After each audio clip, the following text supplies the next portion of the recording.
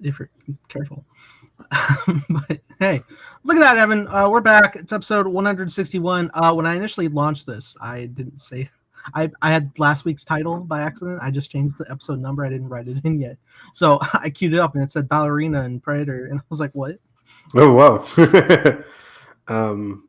But we're all good. We're all good in the hood. We ready to talk? Set. We're back. Marvel.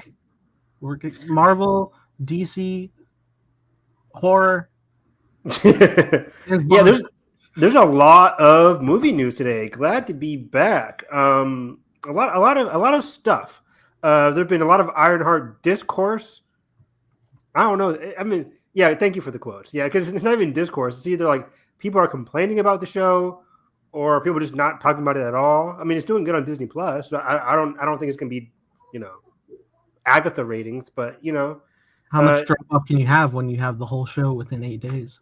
Right, it's kind of weird. Like, yeah, but people are going to use that, aren't they? Like in 2 to 3 weeks' time, when the viewership results come in, people are going to be like, "This show flopped." I'm like, no shit. It appeared like 3 episodes for 2 weeks, and it wasn't. They didn't market the show at all. Yeah, it was like 1-2 trailers. It'd be better to base it off of like streaming movie metric than episodic releases. Exactly. So it's weird. I mean, I'm glad Andor did well, but Andor was like 3 batches of episodes for like 4 weeks, a whole month. Yeah. So a whole month. It had a month of viewership. This is only gonna have half a month of viewership. Either way, we get our thoughts on Ironheart. I liked it. I didn't take any notes on it, but it's not like it's not the most complex show in the world. So it's not like. That's what you think. It's theory time. You go deep into the arcs of these characters. So we have Ironheart. It's been a while since we had T. I don't think we went live last week for T. Maybe not. But week. We have Denis Villeneuve directing Bond, which is crazy. I love it. Timothy Chalamet is James Bond. Oh, gross. Don't let it be.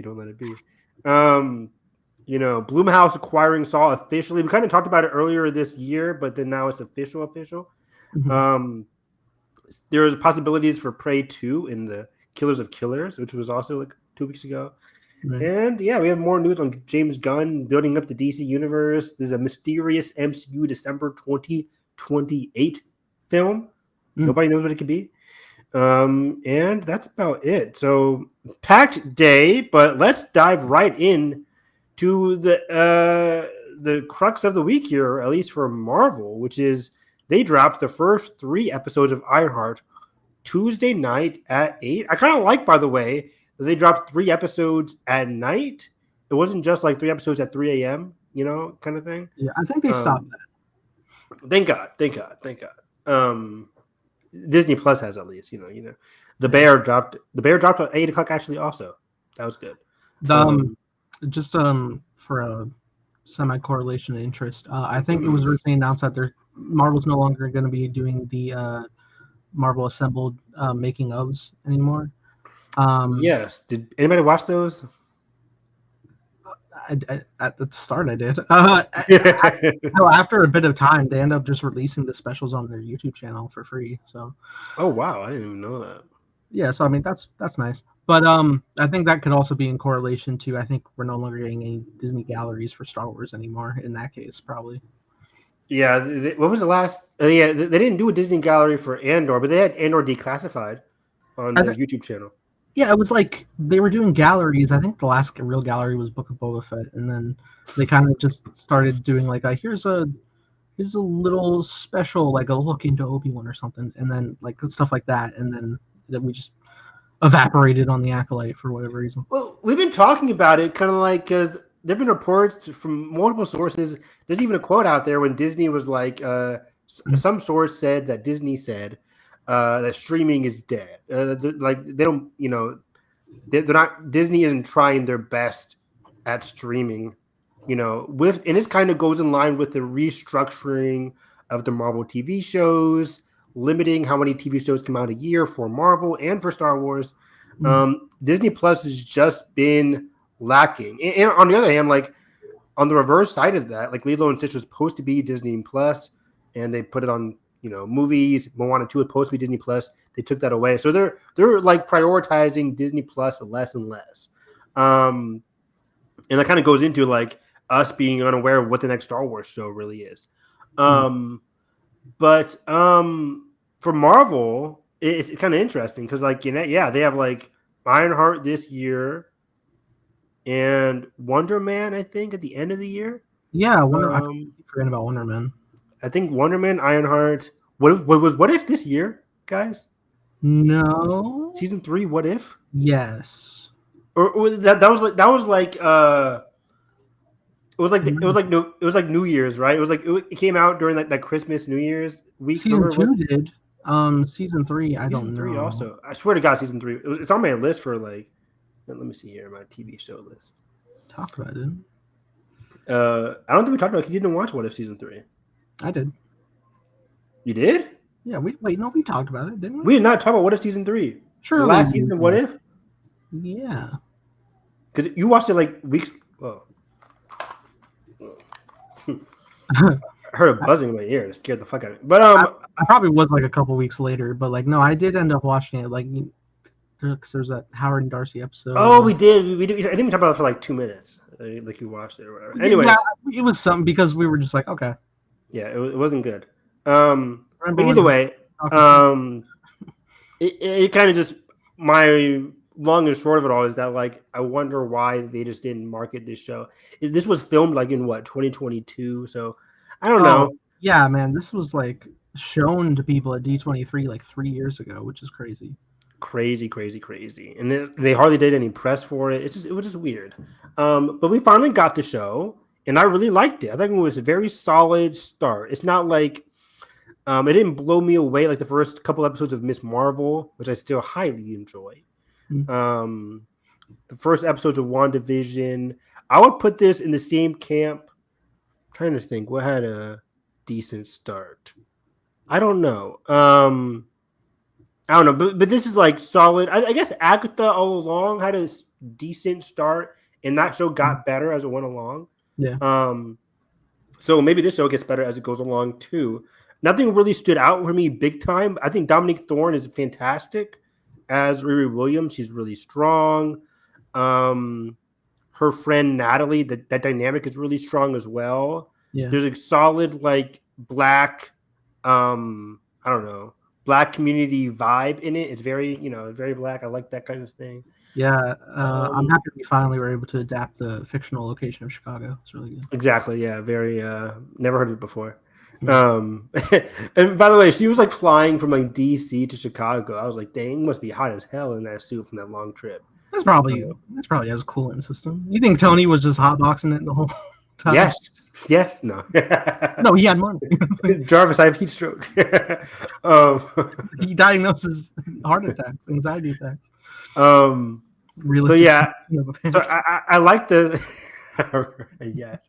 I like the supporting cast is solid. They're not like blowing me again. It's not the supporting cast isn't blowing me away. This I kind of like it than the new cast of Daredevil. Better than the new side characters. Yes, we can agree. I cannot tell you a single side character's name in Daredevil. Cherry. Was it Melissa? Was who? Cherry, the guy. Cherry, the You do this to yourself, Matt. I won't be a part of it.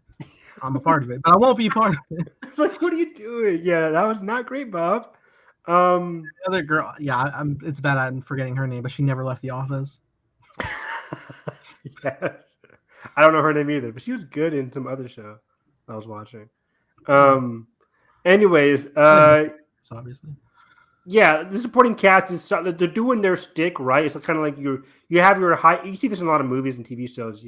Your high tech, your kind of out of left field, weird side gang. They're the criminals, but like criminals with a heart of gold. We'll get into this because one part of this that I enjoy that I think people are just like not vibing with, even though I enjoy it, is that like Riri is a very flawed character. And I like that. Like, she's hypocritical. She doesn't know what she wants to do. She thinks she needs money when she doesn't, but kind of does. it's very interesting. Following Riri, especially episode 3. I think episode 3 really sold me on like the potential of this show, especially by the end. I'm like, oh damn, some surprises really came along there. The whole like demon part with the hood, yes. Interesting. But this is full spoilers. Like we've been knowing for like because the show has been in development for like 2 to 3 years. Everything about the hood has kind of like come out. If you were online, even as like a basic Marvel fan, if you've been online, like, the things are there. But like if you're not, I guess it is kind of interesting to you. Maybe. Yeah, I mean for sure for what they're gonna go down. I don't know like the story of why his character is involved, but with is supposed to rumor. Yeah, spoilers. Yeah, spoilers. It's finally Mephisto time. I know. Right? Who's what if it's not Mephisto? There's nothing else. There's fucking nothing else. Yeah. Like usually we go crazy with like it could be Mephisto but like the show was like verbatim like posters on walls that they're not even trying to hide anymore. It's like there's literally demons talking to him. Like, who else could it be? Type thing. Yeah. So I don't know like how he got involved in Mephisto, but I do know like that's who's around. But that's fine because I like that being unfolded in the story. That said, I know who Ironheart was playing the entire time because we heard. It could be heard. I told Jay, I paused it. Like she met Ironheart's character who went by Joe at first. Now he's Ezekiel. But like when she went back to him at the house, I was like, Jalen, do you know who he is? Because I think I know who he is, but I don't know if I'm like ahead of the game or anything. He was like, not really. Oh wait, is he Iron Man related? Like he just kind of pieced it together. I was like, oh, that Ezekiel's related, something like that. Nephew. I was like, it's done. And then like a scene later, they reviewed it. I was like, okay. I was worried that they were going to hold back on it and they were going to do some like evil Ezekiel spin. I'm like, don't do that. So I'm glad that they like went off with it already. That he's Ezekiel Stain. Okay, cool. He's a goofy character. I was kind of worried he was going to start like crazily spiraling into villainy. Me too. The start of end of episode 2, start of episode 3, but then they had like a really like nice scene together in the kitchen. So that qualmed me. I was like, okay, no, I think we'll be all right. Yeah, you don't need to turn him evil because he's Ezekiel Stain. Like in the comics, Ezekiel Stain is an a-hole. He's bad to the bone. Read the Matt Fraction Invincible. Is it Invincible Iron Man? No, Matt Fraction's. It came out like the same year as Iron Man. I think it was 2008. Iron Man comic, but that was like the first Iron Man comic I read when I went to the comic book store. Matt Fraction's really good. I think he's back recently. He's doing something recently. He was on the news. He's writing something Batman related. Side note, just to briefly chat, Spider-Man 94 is continuing as a comic, which is like on the one side I'm like, hey, it's something, and on the other hand, I saw the art today and I was like, oh no. Oh no, the art came out? Is it bad? Yeah, well, some of the way I saw at least like a couple of frames of how they like draw on Peter's face, and I'm like, oh, that's awkward. Sure, you could chop it up to like an in-between frame, which was a really bad in-between frame, but when I was seeing one where he's just standing there, I'm like, okay, it's a generalized shape of someone, but like it doesn't look anything like the show, and I'm like, you could have just. Oh god, yeah, he looks younger. This looks different. It just looks like okay, you have everybody in the clothes. But I don't like this. I know. This is a bummer. There's a cool creator out there that does Spider-Man stuff called Godzilla Mendoza. He was working with a team of people for a long time, and they were making their own continuing comic of Spider-Man 94 to wrap up the story, and it's pretty truthful to the art style as well, and it's apparently like a really good like story run, so I recommend that. But yeah, we'll see how that goes. I mean, I don't like to make fun of artists, but man, it's just not the show. Sure. But yeah, I like Ordinary. Like he's always really good in the show. Yeah. And I liked my favorite supporting cast was John, his cousin, Hood's cousin. Oh yeah. Where do I know this from? Dude, same. I'm like, I know this motherfucker from something. I'm like, you're not Nacho. Dude, that was the first. I was like, you're not Matthew or fucking the Nacho actor. I I looked him up. Were you on Breaking Bad? Because I'm trying to think. I looked him up, dude, and it's so that we didn't watch. Like Jalen and I watched a show years ago, a decade ago, called Graceland on USA.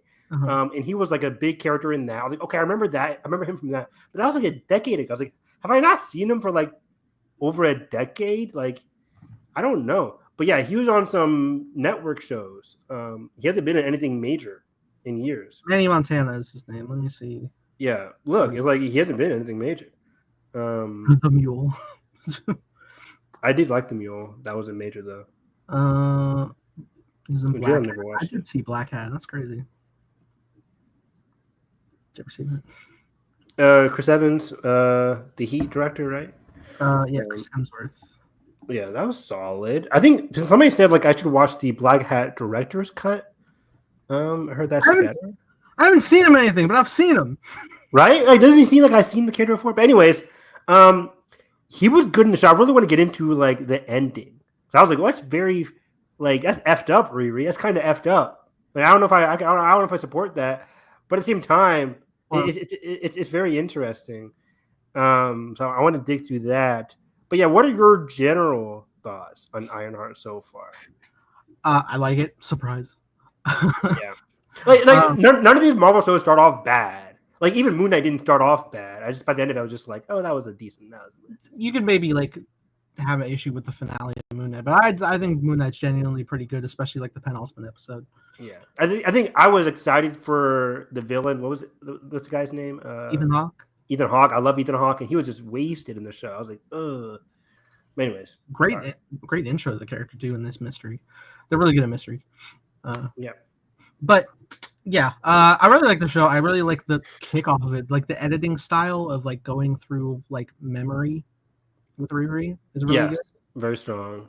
I like that. I like her relationship with Natalie. I think it is a brilliant move to because in the I think Natalie does end up being an AI in the comics as of like around 2020, but for the longest time Tony was Riri's AI, but like they're not Robert for this series for consistently running. But I really like the development that like she was like connecting like her neural path to the system, and she was inadvertently she's always thinking about Natalie, especially being home. So like while she was dozing off, it completely like cloned all of her memory one for one, and I think that's like a great internal struggle for her to experience, like having to deal with like somebody who she's currently still going through the grief and loss of her best friend, and now to see it physically manifested like as if like she's now hasn't gone anywhere, but it's also not her because it's incomplete and a copy. Exactly. It's a in your face way to showcase your main character still going through grief in a not so subtle way. But I don't mind it because I like Riri having to stay in the face of somebody. She's probably, like, given everything that we know about the character, I don't think she's like talked about Natalie to other people that much. She hasn't. Yeah. She just like left to go to MIT or wherever it was.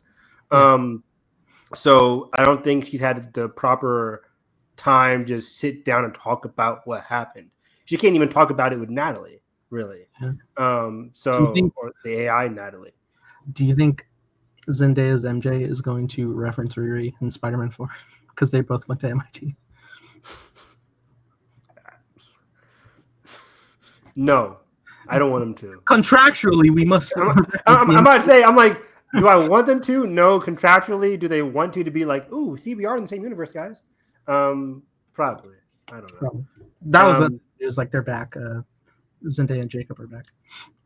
We'll talk later. We'll talk about that. About but yeah, so I like the dynamic. I think one of my main criticisms, just a couple criticisms. I think this show, in regards to Natalie, is like it's beating us over the head every minute of the show, every other minute of the show about like what happened to Natalie, like the emotional burden that Riri's on. Like I get it. Like I think it needed to scale down about what happened. I can't tell if they think the audience was confused or anything, but like you hear a car turn, you hear gunshots, shooting, Riri get down, that's kind of all we need to know. But like the show is like beating us over the head about what happened with Natalie. She talked with her best friend.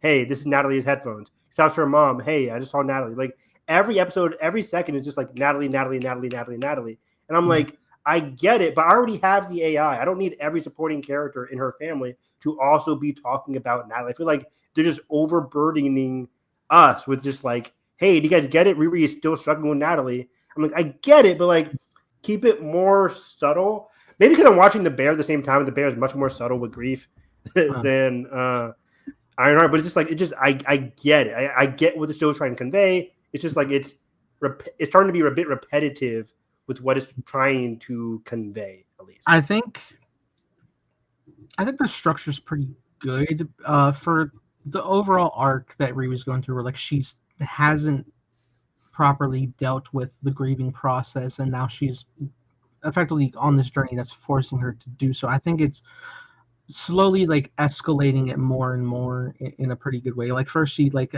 really started to freak out when she heard a voicemail from her as a sample on Savior's song, and then she has like those bit of like glimpses of like what happened at the shop, but then those get even bigger when like she's like physically at the shop and like physically seeing it. And so going through that bit, also with like the struggle of what's going on with the criminal activity, but also the fact that Natalie's there and her being like, I literally like the scene that Natalie helps do breathing exercise or to calm her down, but then Riri's taken aback that like she didn't manually program that in, and only Natalie knew how to do that for her.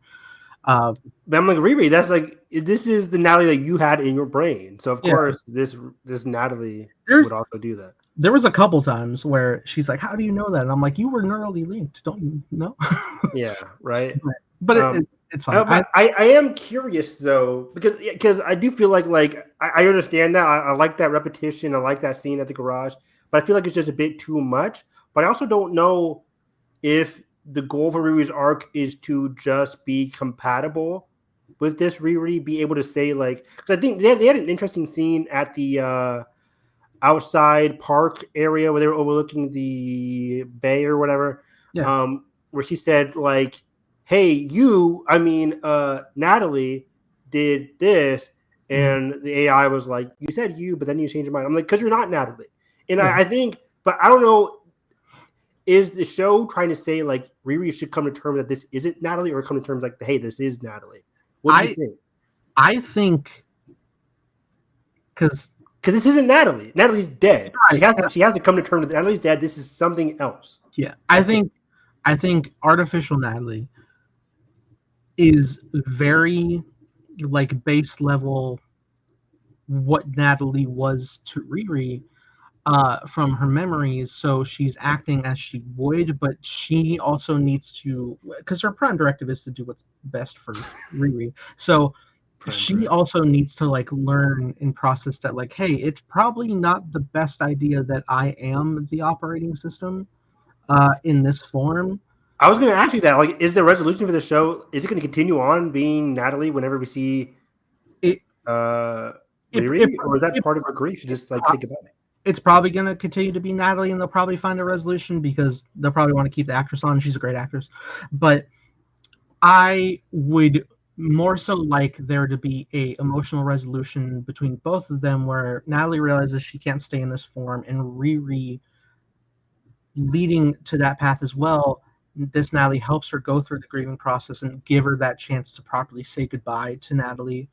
And then they can change all around, and Riri can move forward as this hero with another artificial intelligence. With another, I don't know, because the more I'm talking about it now, I'm like, maybe that's the goal, is to just like part A is to come to terms with Natalie's death, and B to be like, yeah, this AI isn't Natalie, but I still need to process Natalie's death, and then C, I could see a way where they just keep this Natalie, like you said. Though I like, if they do switch this, like, who are you switching it to? I don't know. It could be some random AI, but like, I could see them going both ways, where they end the series being like, I moved on, I don't need Natalie to be my AI anymore, or I moved on and I'm comfortable with this Natalie and she can continue being my AI. So Yeah. I'm cool with both ways. At the very least, they're going to need to find harmony with what Riri's processing, because it's been shown multiple times that Riri, her mind, when she starts falling into that traumatic memory, that the AI is also equally affected by it, and it locks up her suit, and she's unable to control it because that stop of Natalie's life effectively is reflected in Riri's mentality. So like whenever she's remembering, it creates that roadblock of functionality within the suit. Exactly. Yeah, the suit is like too emotional. You're so emotional, but like it's so emotionally primed because it's part of Riri's emotional intelligence, part of her brain. Yeah. Yeah, I think that part has to be amended. Maybe that part will just naturally be amended when Riri comes to terms with her death. Mm-hmm. And then like you said, then that way Natalie can stay on. Yeah. But yeah, I think that part of the show is really good. But yeah, one part I see on the show that people are having some issues with is that like Riri keeps on saying like her goal with being with this group is because she thinks she needs money. She needs money she has all the intelligence in the world, but she has no money, no location, no means of resources or to buy her resources in order to fund her ideas of justice, wanting to become what she says iconic. Mm-hmm. In order to see her main goal is to like be a hero, a sense of justice. I'm trying to like say it through her brain because it's like every episode they ask her like, "What is this suit for?"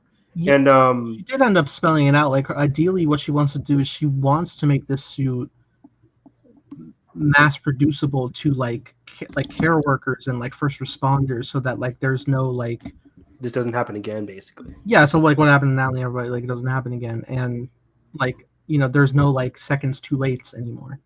Yes. So I wonder how that also has to change because it's a flawed system. Like right, like it's similar to Tony's flawed mentality. What? Like his idea for suit armor around the world, which Exactly 100%. You knew exactly what I was going to say. Yeah, like Tony was like, I had a panic attack in 2012, and my solution is to like. Because I'm in pain, he thinks the whole world is in pain. So he needs a suit of armor around the world. It's like, tone it down. You're the one feeling this pain, not the world. So the whole world doesn't need an Iron Man suit. You need to work through what you're going through. And it's kind of like what's going through with Riri. It's like the whole world didn't experience what happened with Natalie. Yes, there's a lot of tragedy in the world, but the world can't handle, suits of armor going everywhere around the world. That's just not feasible. That's so easily like in the wrong hands. Exactly, like 100%. So it's like that. Unless you have it stripped down to like original Baymax era, right? Free upgrade. You can't do that for sure. So I think that also her dream also has to be amended. And that goes into our earlier conversation. I think that just goes into Riri again processing the guilt and it's not survivors. It's survivor's guilt. Not really her own guilt. So yeah. I think that dream just can't happen. We're not going to see that come to fruition, for better or for worse. So I figured where I was going with that. But yeah. So that dream also has to be amended. And the idea, there's how I was going with it. This idea that like she needs money. I think that also just isn't a thing, right? Like. Well, and people were like, because people online were like, well, Tony was so special because, he built a suit of armor in a cave with a box of scraps. Like, and that's what makes Tony so special. But also, I think that's what Riri kind of has to learn is that, like, she doesn't need all the money in the world to be special. Like, right? Like, she already is special in a sense. She already has, like, the means. Yeah. It's circumstantial to like what you want to achieve really in the moment, because like it showcased both like the box of scraps escape from the cave in the first Iron Man. Even in the third one, he's breaking into that mansion, like he's using just like hardware tools and stuff to get in. It's like, okay, yeah, obviously Tony is a great mind and he can make stuff work, but like big scale stuff, like Avenger level threat stuff, like it helps to have the highest upgrades that only one can buy. Yeah. Like Tony could not have physically snapped everybody back into existence if he didn't have the protection of his suit, for even though it did kill him, it allowed him to do so.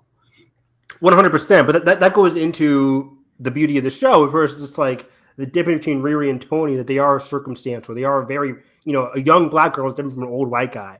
And I like that the show is doing that. Tony had to deal with those bigger threats because he's an Avenger. So it made sense, and it was good that he had a lot of money. Yeah. And he had resources. He had friends and allies. Riri is, I think, through the process of the show, coming to terms with like finding good allies. She has one in I keep saying Joe. She has one in Ezekiel now, Zeke. So she doesn't need like all that big money. She has two very intelligent people to help her out now. She does have her family to help her out. She doesn't need this sus job that she feels like she needs to do. I got two more jobs in me to do. But that was, and let's get into the whole job scenario with the whole crime stuff, because it's very funny and it's very flawed for me, because Riri goes in knowing this place is sus. She knows it's sus because she can't tell anybody about what she does. She can't tell her best friend.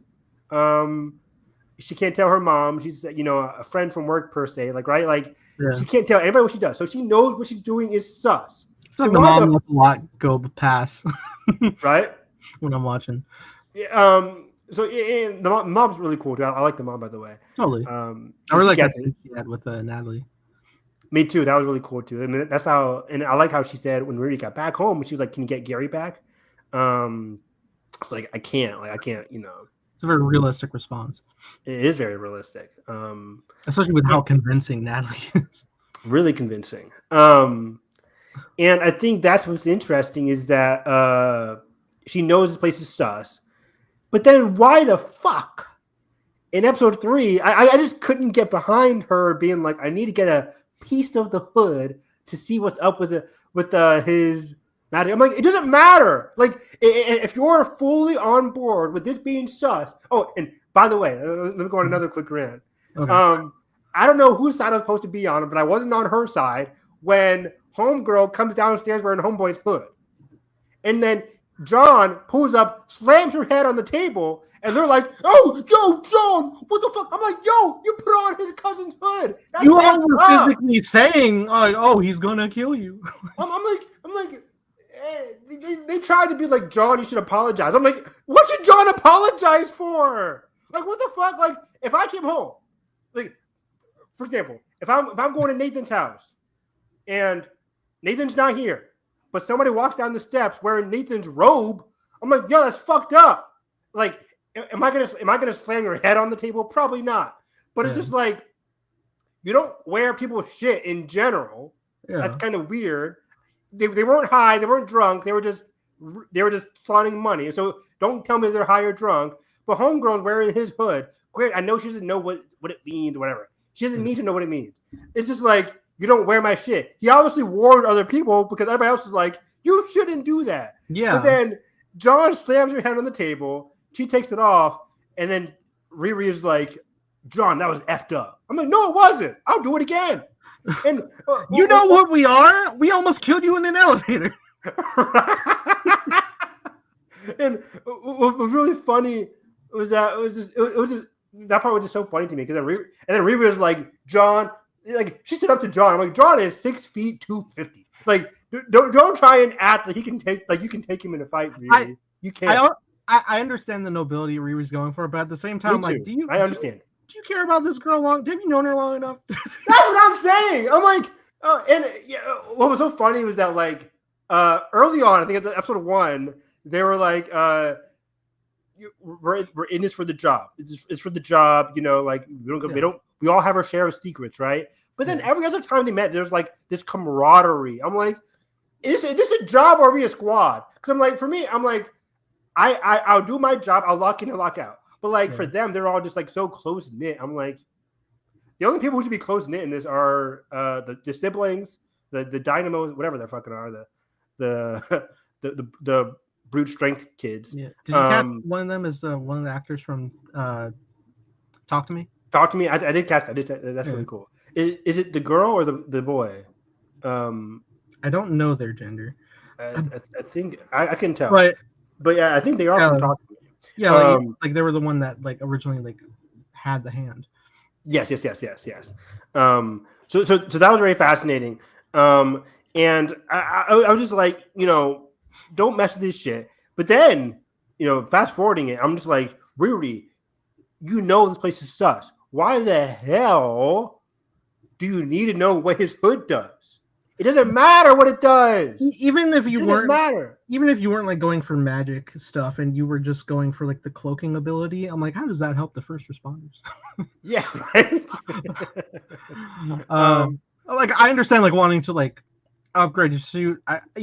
Maybe she's thinking like mission mindset for these jobs, but like how long are you gonna be in these jobs? Well, I don't even think you think she was doing it just so she can use what's in his suit for her stuff. I think she was just sus about like what he does. I think she's curious. No, I mean I'm sure she is, but I think she's also is obviously gonna like apply it to her upgrades if she can. Maybe for sure. I mean, it is kind of like remarkable, like how. But like isn't that going against what she's like? Because she's all like, this person is sus. He killed a cop or he shot a cop. Like, I need to figure out what this hood does because it's like, I don't know if I can work with this guy type. Wasn't that the vibe? Like, I don't know if I can work with him type thing. Maybe initially, but then like after the whole like, when the girl stole the hood and was wearing it, and then she took it off for a second and was like, well, this energy feels weird. Like, out of like our physic realm knowledge, and Riri that made Riri curious to try to study it, but then. Okay. But yeah, I'm just like Riri, this is so not worth it, especially in a job where you don't know all the information. Why doesn't she know all the information? Because she has Natalie be the suit of armor. She goes to sneak inside, and then she runs right into John. I'm like, you do not know where everybody was going to be. I was more like, you didn't pocket the hood yet. Yeah, I'm like, what's going on here? Because then like, and then she kept trying to laser it off, and it took like 24 hours for it to laser. Weird ass angle to be cutting as well. Super weird angle. I'm like, homeboy can't see that. Like the guy opposite the hood, the rich tech guy. I was like, you can't see that. You guys can't hear that shit. It was weird as hell. It was weirdly staged. I couldn't tell what was happening. Nathan, are you there? You're back. And yeah, I couldn't tell what was happening. And then she doesn't even manage to cut it off. Like she is playing loosey goosey with the metal detector thing. Kind of big piece. and she finally gets a big piece, and then I'm just like, and then everybody's in danger. So it was just wild to me that she's sacrificing everybody's lives just to get a piece of the hood. I'm like, are we really doing this right now? It was wild to me. I'm like, Riri, I can't sign off on this. Yeah, I don't. And then when again, let's get to the big meat of it all. Okay. When she's fighting with John's beating her ass. She gets to sue and she leaves him. Now, I thought like, okay, she's gonna leave the door open because she was stuck between a rock and a hard place. John found you out. Uh-huh. There are two options. John lives and you can't work at that place anymore.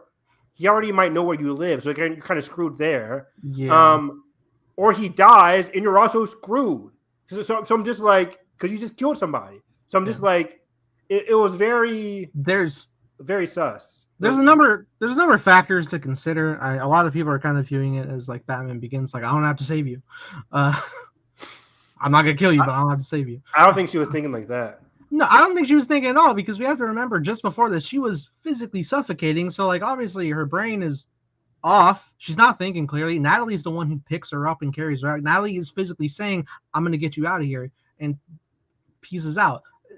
Riri obviously eventually ends up gaining control again and like getting more conscious, but like in the present moment, in like the direct like 5 seconds she leaves, I don't think she's thinking of anything in regards to him. I don't even think she's fully aware that the door is about to shut again. True. Yeah. So all that is to be said. Riri does not intentionally kill this man, but it did work in her favor. He is at fault, though. The guy doesn't die if Riri doesn't fuck up. Sure, yes. Riri is 100% at fault. Yes, in the domino effect sense, yeah. But could you also blame Hood for like going on this mission full force anyway, unprepared? No, like how John didn't want to go into it. You can't. So the Hood did everything he was supposed to do, like as best they could. They went in this half-assed because he has a vendetta. Yes, okay, yes. Like he has a vendetta. He didn't sell. I guess we can talk, that should be our next conversation. Like, what does he really want with these? Like, what are the purpose of these missions? Yeah, they weren't because he wasn't aware of like these lockdown systems. He thought like, okay, we're gonna burn his plants. Cool. They didn't know about this. But the lockdown system wouldn't have happened without Riri, though. Yes, but if they were prepared and knew about it, they wouldn't have. They would have been better. They didn't know about it. They said don't bring in any metal or any kind of thing. That's why they had to bring in no metal thing. Okay, the radar, the radar thing. That's true. Okay. The Hood did everything right. He said, "I came in there. The thing that didn't go right was that like the guy was like, I'm not budging. Here's some money, and it's like, where are you going to deposit that? Right? I'm like, that was really weird. So the guy was like, okay, I'm not doing this, and they were kind of at a stalemate, and the Hood was just, I don't know what I'm blanking now. I forget what the Hood was going to do before the alarms went off. But I think he was like, he wanted him to sign some contract deal, which again I think we should talk about. But then that didn't go through because the alarms went off. Mm-hmm. Once that happened, the other guy had the total upper hand. When that happened, the Hood was like, "Fuck it, I'm just gonna shoot you now." He shot him and he ran away. Yeah, like he broke his neck.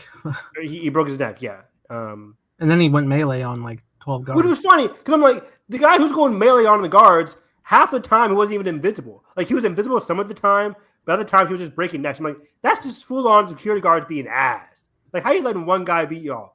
I'm also like, does he have enhanced strength with the Hood, or is he just? I think he does because I think his eyes turned black at one scene. Okay, like, he has to have something. I'm like, these security guards are ass. I mean, his body is physically changed. There's some demon in him. He got demon. He got a demon in him. He on demon. He got that demon. Because I was like, is this guy just going invisible, or is he like impenetrable? Because somebody was like shooting at him. The guy goes invisible. They're like, oh my gosh, what? I'm like, just shoot. If somebody goes invisible on me, I'm just like lighting up my line of sight. I'm like, I'm shooting anything that's in the vicinity. Especially where he just was. Right? I'm like, he's not the Flash. The walkway is not that wide. That's what I'm saying. Like they were in like a conference as room. Like, just shoot the area. Don't shoot your friends. But like, even if he's juking, aim for the torso. Right. Okay, but yeah, I'll let the action scene play out. Look, I'm not one of those fucking TLJ throne room breakdowners. Yeah, no, not at all, not at all.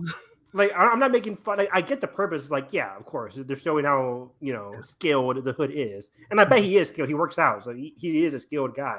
But it was just funny. This happened in every action movie where security guards get like, it doesn't matter. But anyways, so that happened, and then the alarm wouldn't have set off if Riri's thing wouldn't have set it off. Yeah, that was definitely like a mistake by Riri for sure. And then when they're fighting, they're losing oxygen. I don't blame the guy for trying to kill Riri because it's like, why are you here? Like, you had a piece of my cousin's hood in your hand. Like, he's not responding. He's not responding. If I'm John, I'm like, did you kill my cousin or something? Like, did you hurt my cousin? Like, that's what's going through my head. So I understand why John was doing that, but then John gets cold. He just gets left behind. I'm like, well, damn. I get what you're saying. Like, she's not thinking correctly, but it's like, it's also, why isn't she thinking correctly? Because she's losing oxygen and she started this whole problem in the first place. She's freaking out. Yeah. It definitely was an escalated moment because she also ends up calling out them for killing Stuart previously. Yes. By the way, when she called him out like that, do you think John killed Stuart? Right? I mean, like, he admits to it basically. He admits to it basically because, like, for a second there, I couldn't tell if he was like surprised that like the Hood did it behind John's back. I mean, no, yeah, no, it's confirmed they both know because Okay. he's like we don't do loose ends, and then later in the fight he's like usually I forget Hood's name, but like Usually John. the Hood likes to be here. Yeah.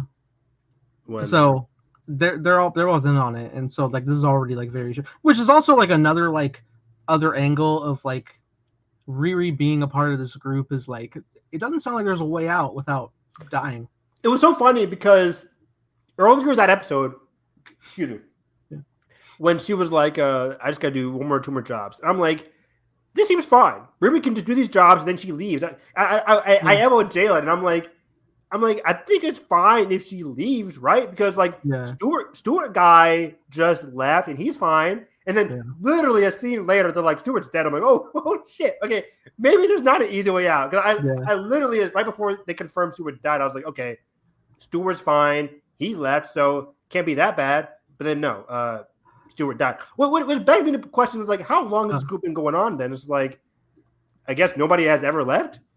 Nobody ever they never pulled these big of jobs where they're getting company sign overs. Right.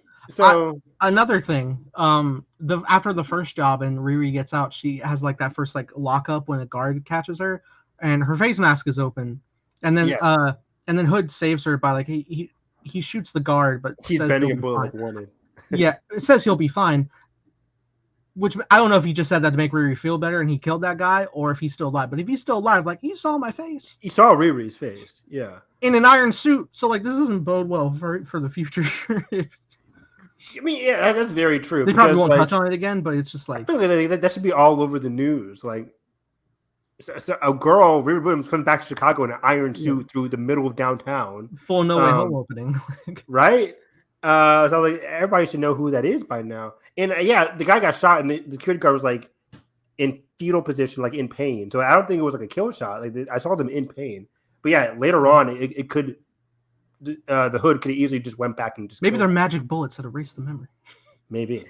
So yeah, I was just really shocked by the end. I'm like, wow, Riri, and she's taking it really hard. And I think that was a great scene when she starts having a panic attack. Yeah, realizing like, man, this guy shit just got real. This guy literally who I was fighting with died. Yeah, I confirmed his death. There's also the big escalation that like her laser got knocked up in the fight and it was left there at the crime scene, which can both be probably not only traced back to her but also to Ezekiel, who she promises wouldn't get in trouble. 1000%. So yeah, let's dig into that. So like earlier in the episode, Ezekiel was like, you know what? They had a great heart to heart. It's like, I'll be fine with you. I don't want my weapons. Ezekiel's getting his confidence back. He's finally sharing with Riri. They're having a good collaboration. And he gives her a peace offering. Like, okay, I'll give you this, but like, nothing can get back to me, or else I'm screwed. Yeah. But then everything falls apart.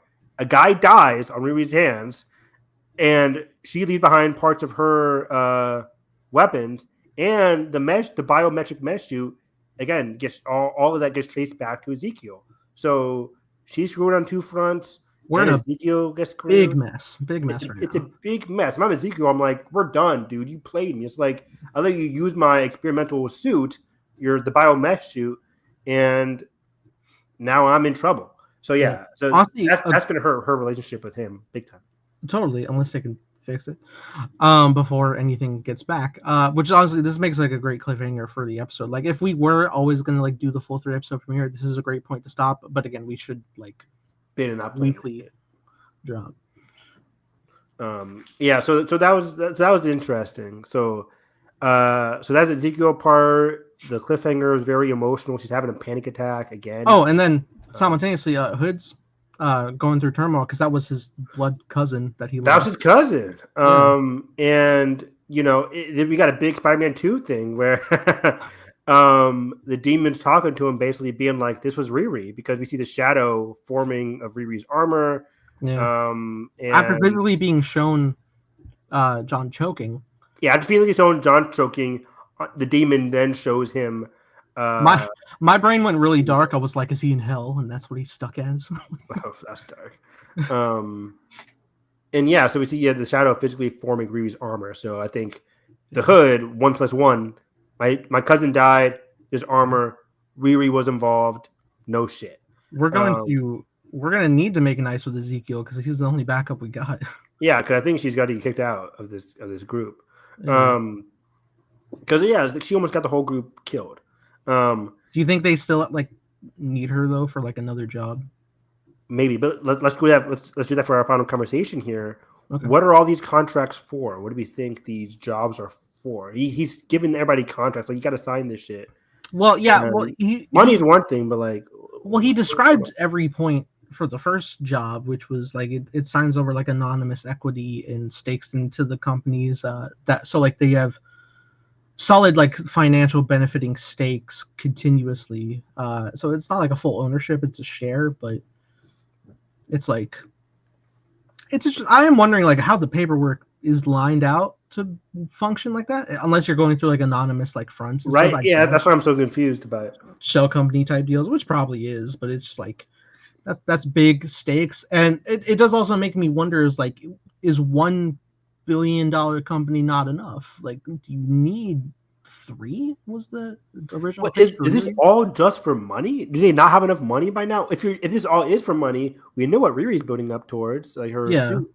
But like, what's Hood's goal here? I am hoping to get more flesh out for Hood and like why he's in what he's in, because clearly like I believe this deal he's made is kind of like what he's doing now is a stepping stone. He's using it as a tool to get him to like the ultimate power he's looking to, which I'm sure is just like endless riches to like live comfortably for the rest of his life and with his family and whatnot. Because he even like briefly mentioned like in describing what the Hood helped him do was like to protect the people that he loves. So there must be, I doubt that was just John. I'm sure there's other people. Maybe he said it was just. He said John Unless it was just John, in which case I think it was just John. Because it probably is, because by that final scene, he's insisting that like this shouldn't have happened. He's kind of like denouncing the Hood and the demon that he made a deal with. Like you said, this wouldn't happen. Like you assume Mephisto / the demon assured him like, with this power, you won't be alone again, which was his big fear. He just want to be alone.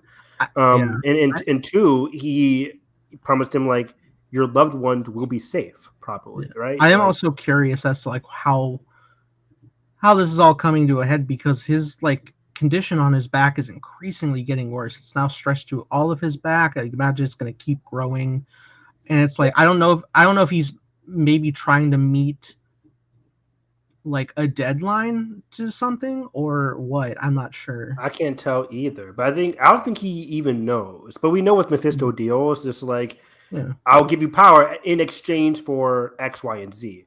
I think the exchange that the Hood is unaware of or just doesn't care about, because he gets power out of it, is like his body. Like I wouldn't be surprised if like I need a mortal tether vessel. Per se.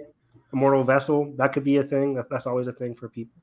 A mortal vessel or something. It's like the Hood's losing something, and I think he might die by the end of the series, if I had to guess. Yeah. I mean, I kind of already assumes like soul, like it's just his soul, basically. But then again, Mephisto is really tricky. He's like sometimes he wants specific things, like Peter and MJ's marriage. So don't even bring that up. At least they did that better in the movie. For sure. So yeah, I think one of my hopes for moving forward is to get some increased emotional depth from Riri's arc, especially given like what she just went through. She just, again, caused somebody's death potentially, and then all that kind of stuff. So I'm really curious to see how the show writes that for the next 3 episodes. And especially like the Hood, like the Marvel shows always kind of falter like the movies with the villains. I like Anthony Ramos, but I'm gonna need more. I'm gonna need more to be more invested with what you're going through. It's like I get it. You need power, you need money, but like, what are your goals? Maybe a flashback or 2. I don't know, but like, what's your goals? What are you going through? Like, I need something more. From what I need for the last 3 episodes is like I need to see where the dynamic between Riri and Ezekiel go. I need some committed development for the Hood and his backstory, and I need to see how Riri and Natalie's relationship come to a head. Yes, I think that needs to be written better. Again, I think the Natalie stuff has been a bit too repetitive, but it needs resolution. and I think the show obviously knows that. They only have 6 episodes, so we'll be curious to find out. And people were like, make sure you stay away from Twitter when the second batch drops because it's going to be, oh my gosh, it's going to be big. And it's like it's Mephisto. I feel like we know that.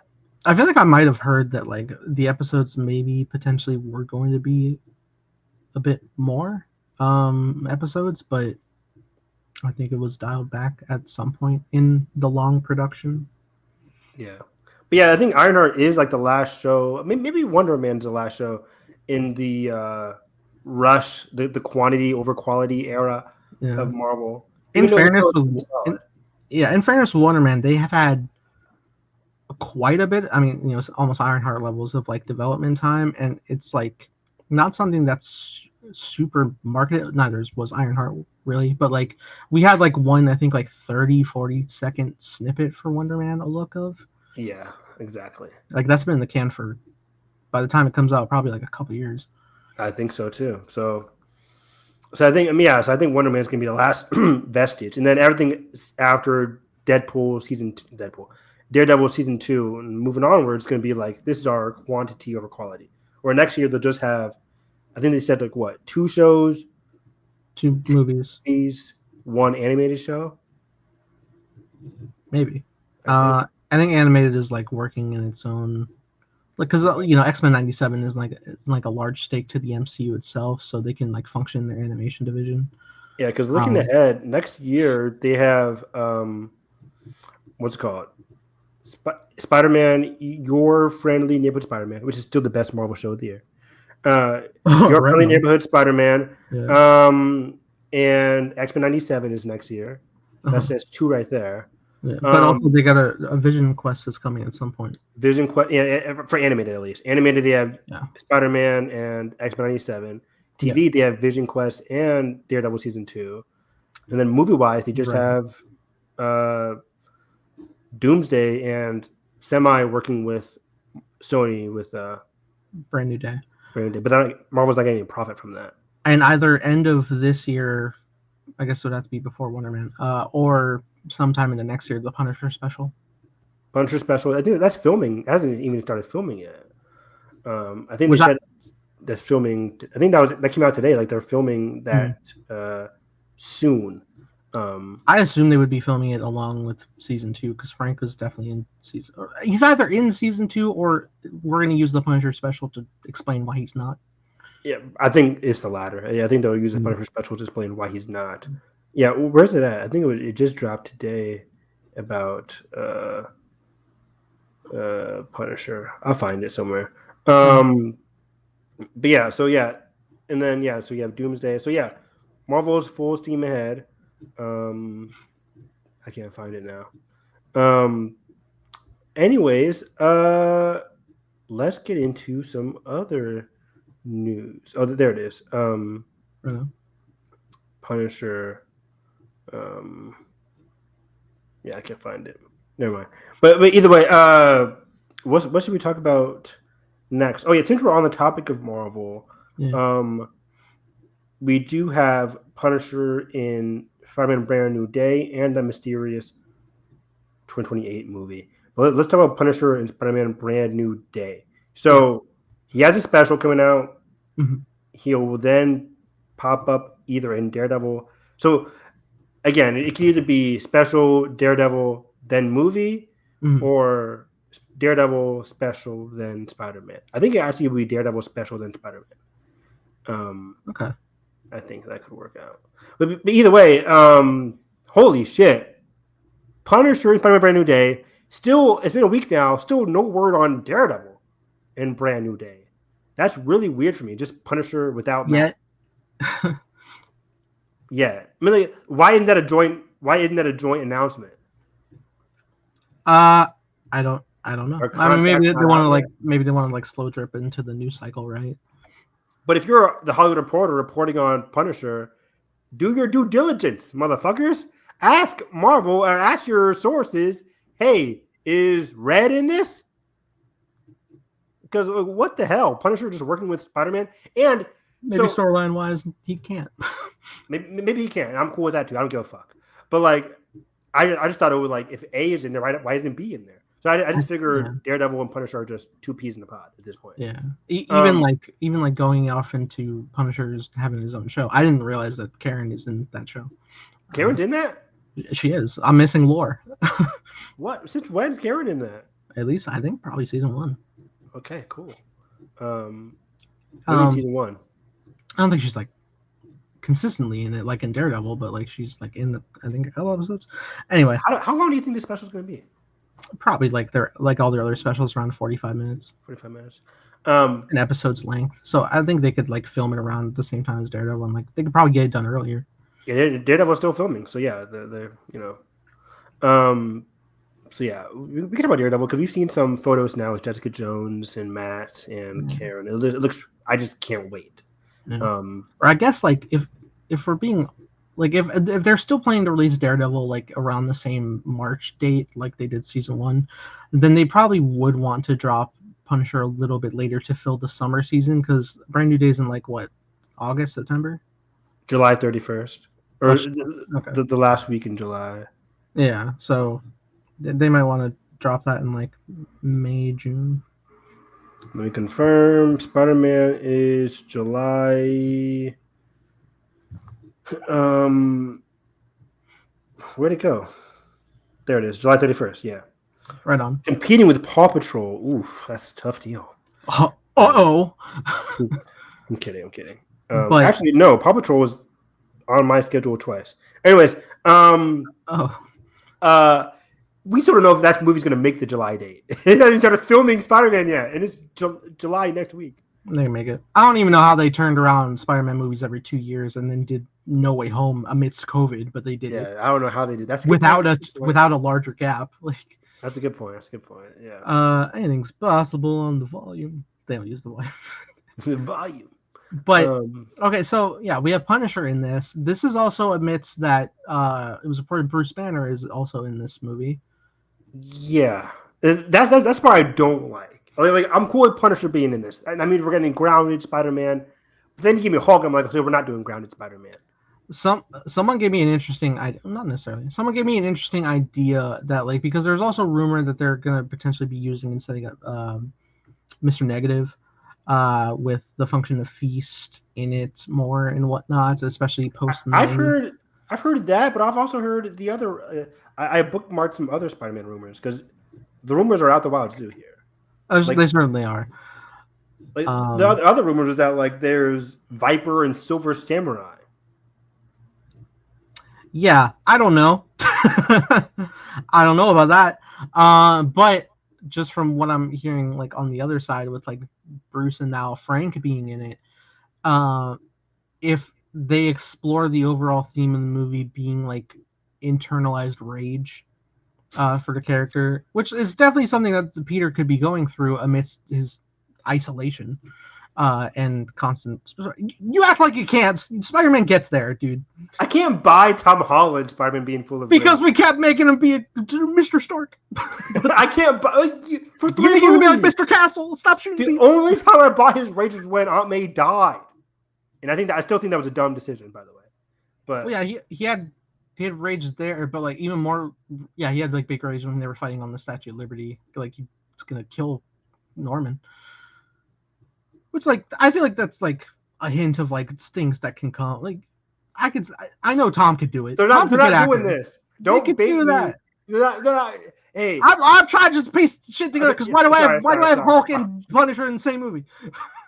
Cook. If he is Hulk, I mean, it could just be like a 5-minute scene with Bruce Banner. Yeah, we don't know. That's what I hope. But yeah, finish your meal. What were you cooking? If you play the video game for Spider-Man Insomniac, you see Mr. Negative like gets into like the deep-rooted emotions of individuals, I see where you're going. Playing on their anger. So like, you can play on Hulk's anger, make him rage out. Yeah, Wanda did that in Age of Ultron. It's very possible, especially if they want run it back, guys. 10 years ago. Look, especially with like how much outcry there's been, like we don't want Smart Hulk anymore. Can we have like nobody wanted Smart Hulk? What's this anymore? Nobody wanted that in the first place. Well, I respect the arc for Bruce, but if it stopped there, I'd be like, all right, arc. But like True. now we're still going, and I'm like, it's just Bruce as a green. Yeah, not even that. It's Mark Ruffalo. Like, granted, I love Mark Ruffalo. I love you, buddy. He never turns in a bad performance. The guy is an S-tier actor. Yeah. But they are wasting him as Hulk. He's just playing Mark Ruffalo. And by that, I just mean he's just a chill guy now.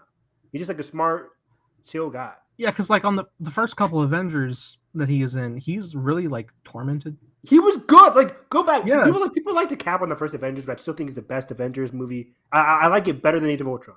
Wow. I like it better than Age of Ultron. Well, yes, that's fine, I guess. But people like to be like, well, Age of Ultron looks better, so it's a better movie. I'm like, yeah, of course Age of Ultron looks better. But I'm like, first Avengers is much more compelling, in my opinion. Anyways, dude, Hulk was such a character in that movie. He was a good character. Like, what's that one line where he's talking to Scarlet where he's just like you never seen me angry, like I could beat you with something, whatever. I don't know. He says in Age of Ultron to Wanda, I could choke the life out of you and never change a shade. Yeah. Oh, that goes so far. That's a great line. We should watch these movies, though. Thank you, Spielberg, for writing that movie. Spielberg's the default every time. We gotta get a new director. Denis made the Avengers. No, not Denis. That's right. Denis is like, I've always been a fan of Marvel since I was a kid. I read the comic book. Denis to direct Avengers: Secret Wars Part 2. When I was buying the Dune comic, right next to it was a copy of Spider-Man. So now I'm connected. I'm connected, and you know what? I'll be like, let him cook. Sure. Yeah, I'm like, oh, fuck it, whatever. But yeah, I do love that line of Age of Ultron. But anyway, what we're trying to say is just like, what the fuck we possibly get from Hulk in Spider-Man? It's so funny for me because like I've just compartmentalized that like, yeah, Punisher's gonna be in it, but for Hulk, I'm just like, do I really trust it? Even though I think they're both from the Hollywood Reporter, so I'm like, I think they're both like credible resources. But for me, Punisher just makes more sense given everything that's been happening with the rollout. Like we saw Daredevil in there. Oh, by the way, people were asking, does this mean we'll see Kingpin? I think Kingpin is still locked behind contract obligation where he can't appear in film. I don't think that's a thing. I think Vincent was confused. You think Vincent's wrong? I think. Do we know more than Vincent? I think John being in this, John Bernthal, makes whatever he was thinking moot because they're of the exact same contract era and section of television. Maybe there was a clause that's not in Punisher's contract. I think what was said is they can't use Spider-Man in a Daredevil show because he's restricted to film, because that is true for MCU Spider-Man. So Vincent probably either interpreted it wrong or he figured, oh well, then we can't go there. Yeah, but yeah. Or like whenever he pitched, like we should do this, then they said no because they had other ideas. But like, because Charlie's literally in No Way Home. Like Charlie's in No Way Home. But yeah, but again, I mean, like because Charlie's in this, you're bringing Punisher, which is like no Charlie, no Kingpin, but Hawk. What is happening in this movie? Like, But everything we know from Destin, like this is brand new day. Like ever since I read Destin's quote about the movie, his passion for the project, everything has been lining up for this to be grounded. Take Spider-Man. He's like, fuck Secret Wars, fuck like my movie takes place before that. Like I just feel like, or presumably, that's what everything's leading us to believe. That Spider-Man takes place before Doomsday.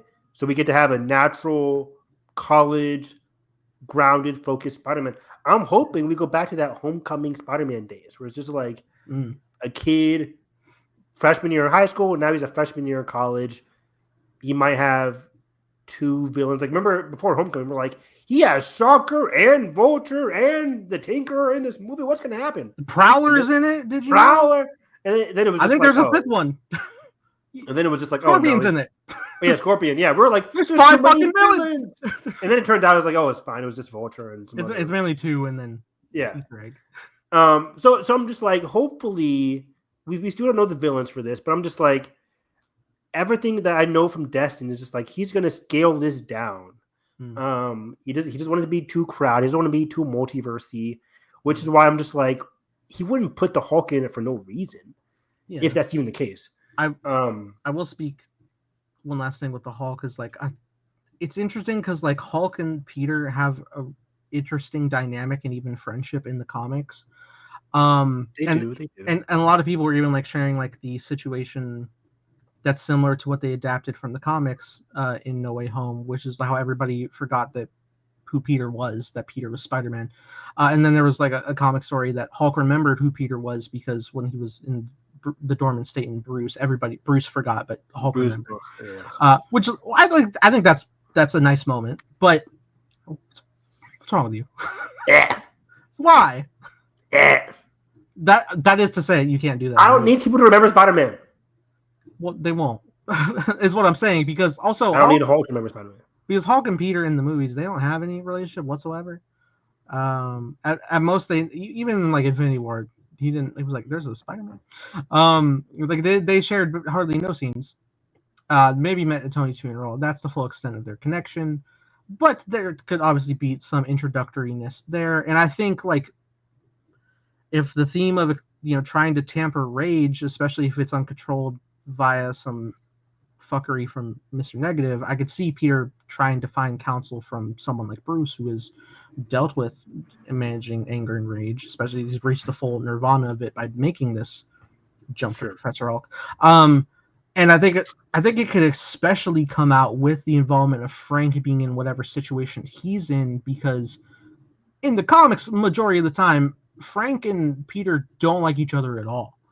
Why would they? Yeah. Right. I mean, it's definitely going to be a similar situation. Like Frank's going to look at Peter as a child first off, but he's also going to look at him the same way he looks at Matt, and it's just like you can't do what needs to be done. You're weak, yeah. And Peter doesn't kill people. He doesn't fall into that. And if he starts to get close to that, which he did in No Way Home, I could see like elements where like he's about to get like to a similar point that Frank is. It's a Daredevil arc, which is crazy, but. I could definitely see that functioning, all without the symbiote, which is funny. But yeah, I could see the functionality there. I'm just curious to see like what goes down that involves both Frank and Peter. Unless you had the storyline of Fisk and his vigilante task force, I don't know why they're in the same. Which is most likely going to be solved in season 2. Probably. And yeah, as it stands, I don't know what's gonna be going down in the greater point and like what people are dealing with. What Peter will be dealing with in the larger MCU since we last saw him, because a lot has gone down. He's still in New York. The Void happened in Thunderbolt. Yeah. How was that, Peter? This trauma engorged. But at the same time, it was confirmed. Sorry, go ahead. Yeah, so I guess this takes place pre Doomsday, before the end of like this Spider-Man movie. Could it take place like after the events of Thunderbolts, but before the post-credit scene of Thunderbolts? I think easily you could do that. Yeah. Yeah. Okay. Because like, are we gonna be living in a world of like the new Avengers? Probably. But Peter, if it's gonna be referenced at all. Yeah, but then again, nobody. So the heroes are aware they fought with a Spider-Man, and at best, like. Peter's reintroduction to the team is probably going to be from Sam. Like Sam's Avengers is probably going to get Peter. Yeah, I know a guy. Right. Or I know a masked person. Because Doctor Strange confirmed like they remember the events of fighting with a Spider-Man. They just don't know who he is. Yeah. So it was also confirmed that Zendaya and Jacob Batalon are going to be returning as MJ and Ned respectively in some capacity into this movie. I hope it's minimal. It can't be anything else. It has to be minimal. Man, I'm trying to think. I'm trying to think of a solution here. Will they be? How long will it be since No Way Home? No Way Home was 2021. I know fucking the Marvel years are weird, but like, could they be done with college by now? Or could they just? Well, also they're from New York, so they could just be visiting home. Aren't they in the same year as Peter? Why would they be done with college? Yeah, I think they're all starting college at the same time. I guess I'm more curious like what the time jump is going to be from Peter starting a new year of college versus like what year he will be in. A few months. I think a few months has passed since No Way Home. That's a big MCU gap to go back, story wise. Is it? Yeah, I feel like it is. What year was No Way Home? I thought that was 2025. Yeah. Or the MCU's 2025. Remember, because they went up like 8 years because of Infinity War Endgame. Yeah, I guess they were starting to like catch back up, but then like since the events of Thunderbolts and leading into the Fantastic Four coming, it's now been 18 months. So that's a gap there. I don't know. I don't know if we're going to be following Peter just before the Fantastic Four arrives, because you asked like if the New Adventures are a functioning thing. Oh wow, you're right. Fantastic Four comes out. Yeah, I don't think the Fantastic Four are going to be in the MCU during the events of Spider-Man. I think it's all going to culminate. Peter's going to head into Doomsday the same time the Fantastic Four are flying. It's all going to crash. It's all going to crash together. But yeah, I don't know when. Yeah, I just figured this takes place after it's snowing in No Way Home at the end of the movie, and then I figure it because it's snowing. What is that like? February or Christmas. So then college starts that fall. So he'd been just doing shit for the whole half a year, basically. Yeah, I'm trying to January to August. I'm trying to think from when because it's the last shot where he steps into the apartment alone after saying goodbye to MJ. Because if that's so, then he was just starting to study for his GED. So maybe he would apply the following year. Maybe. We'll see. Unless he just like catches up really fast into the taking the test. I don't know. He's a fucking genius. He can do it. He's a genius. Yeah, he's a smart kid. So we'll figure it out. But yeah, I just think like it's not a huge mistake yet. Let's lower the klaxon alarms. Sure. But I trust Destin to like handle character. Me too. He's always really good with character. Watch Short Term 12, everybody. Really good movie. And he's good with Shang-Chi, of course. So I'm just like, maybe it's just him at a balcony watching his friends have coffee together or something. Maybe he sees MJ with a boyfriend. That'd be crazy. Probably not. That'd be wild. But that would also be interesting. I don't know. So MJ has never met Peter Parker? Correct. To MJ's knowledge, as it stands from the final scene, she does not know who Peter Parker is, has no memory of her. She, I guess, technically would have memory of being in situations where Spider-Man saved her class. But everything that happened in Homecoming and Far From Home never happened. Yeah, between Peter and her, never happened. Events of No Way Home, technically, with stuff with Peter, never happened. Like but Jacob Babylon, that's a bigger. With Ned, it's like they grew up together, so like none of that ever happened with. That's Ned. Gone too. Yeah, crazy. Maybe they remember it through their dreams. That's the thing. It's like there was a lingering sense with MJ when Peter was leaving. It's just something, and she's still wearing the necklace that he gave her unconsciously. I wouldn't mind that. Like one of the anime I'm watching is that like he wasn't a ghost, but like in this one anime, like he wakes up and nobody can see him. Even his girlfriend initially couldn't see him, but then like he wrote her a letter, put it in the mail. She got the letter, and then she's reading it, and she starts remembering him. Like that could be a thing where it's like there could be like an item or a necklace or something that she starts remembering after the fact. Kind of like love surpasses magic kind of thing. I like that. And it's like, yeah, that could work. I wouldn't mind it. They have to get together eventually. I just don't need to be this movie. Let Peter be alone. See you in Spider-Man 5, MJ. It's like I don't need it to happen now. Because I think everybody's in agreement though. We just want like a calm, chill. Yeah. We're still chasing that 23 years later. That Spider-Man 2 high. Yeah, I think, and in fairness, like Spider-Man 2 deals a lot with. I mean, a lot of the first two movies deal with Peter loving MJ from afar, and they can absolutely do that here. Like it doesn't have to necessarily be like Zendaya can't be in the movie. She can absolutely be in there. It's just like her and Peter need to stay separated 95% of the time. Maybe they like accidentally bump into each other once, but you know what I just thought of? The end of Ghost Protocol with Ethan Hunt, peak, where at the end of the movie he's having lunch. He's having a nighttime chat with Ving Rhames. He sees Michelle Monaghan at the corner. She turns around. He ducks behind it. It's just like she gives a smile. It's just like She knows he's out there, and he just can't say he can't be. They can't be together, so he doesn't say anything. But it's just like he's always watching her. I need that shit. I need that shit. That would be peak. I watched Amazing Spider-Man 2. Peter did that after the breakup. Yeah, that too, right? Where it's just like you're stalking me. Yes. We're always just watching her, but like they can't be together. That's fine with me. Yeah, I don't need Zendaya's script can be 5 sentences long for I don't care. Like it could be the Dune 1 screen time. Yeah, yes, and I'll be cool with that.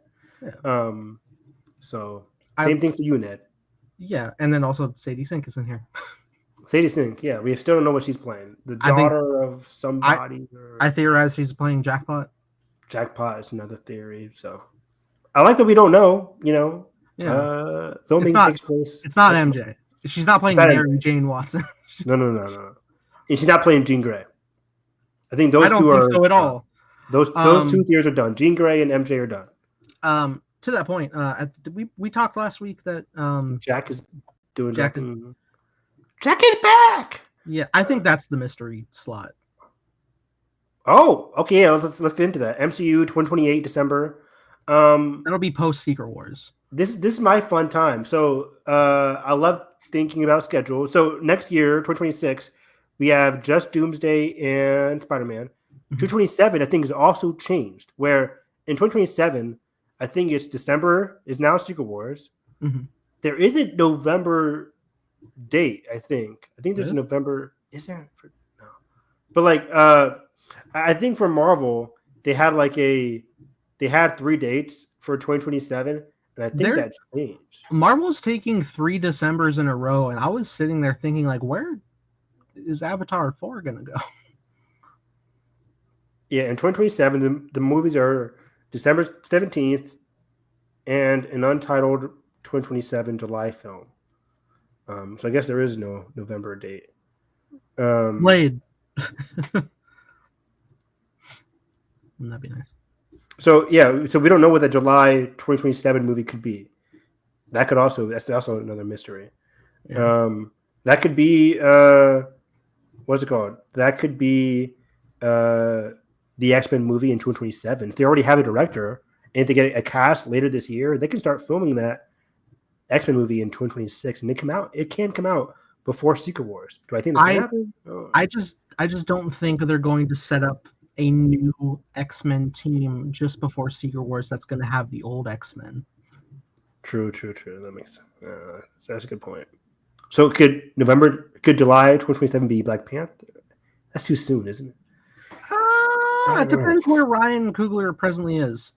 What is he working on? Something coming up, or that's his next project, Black Panther 3.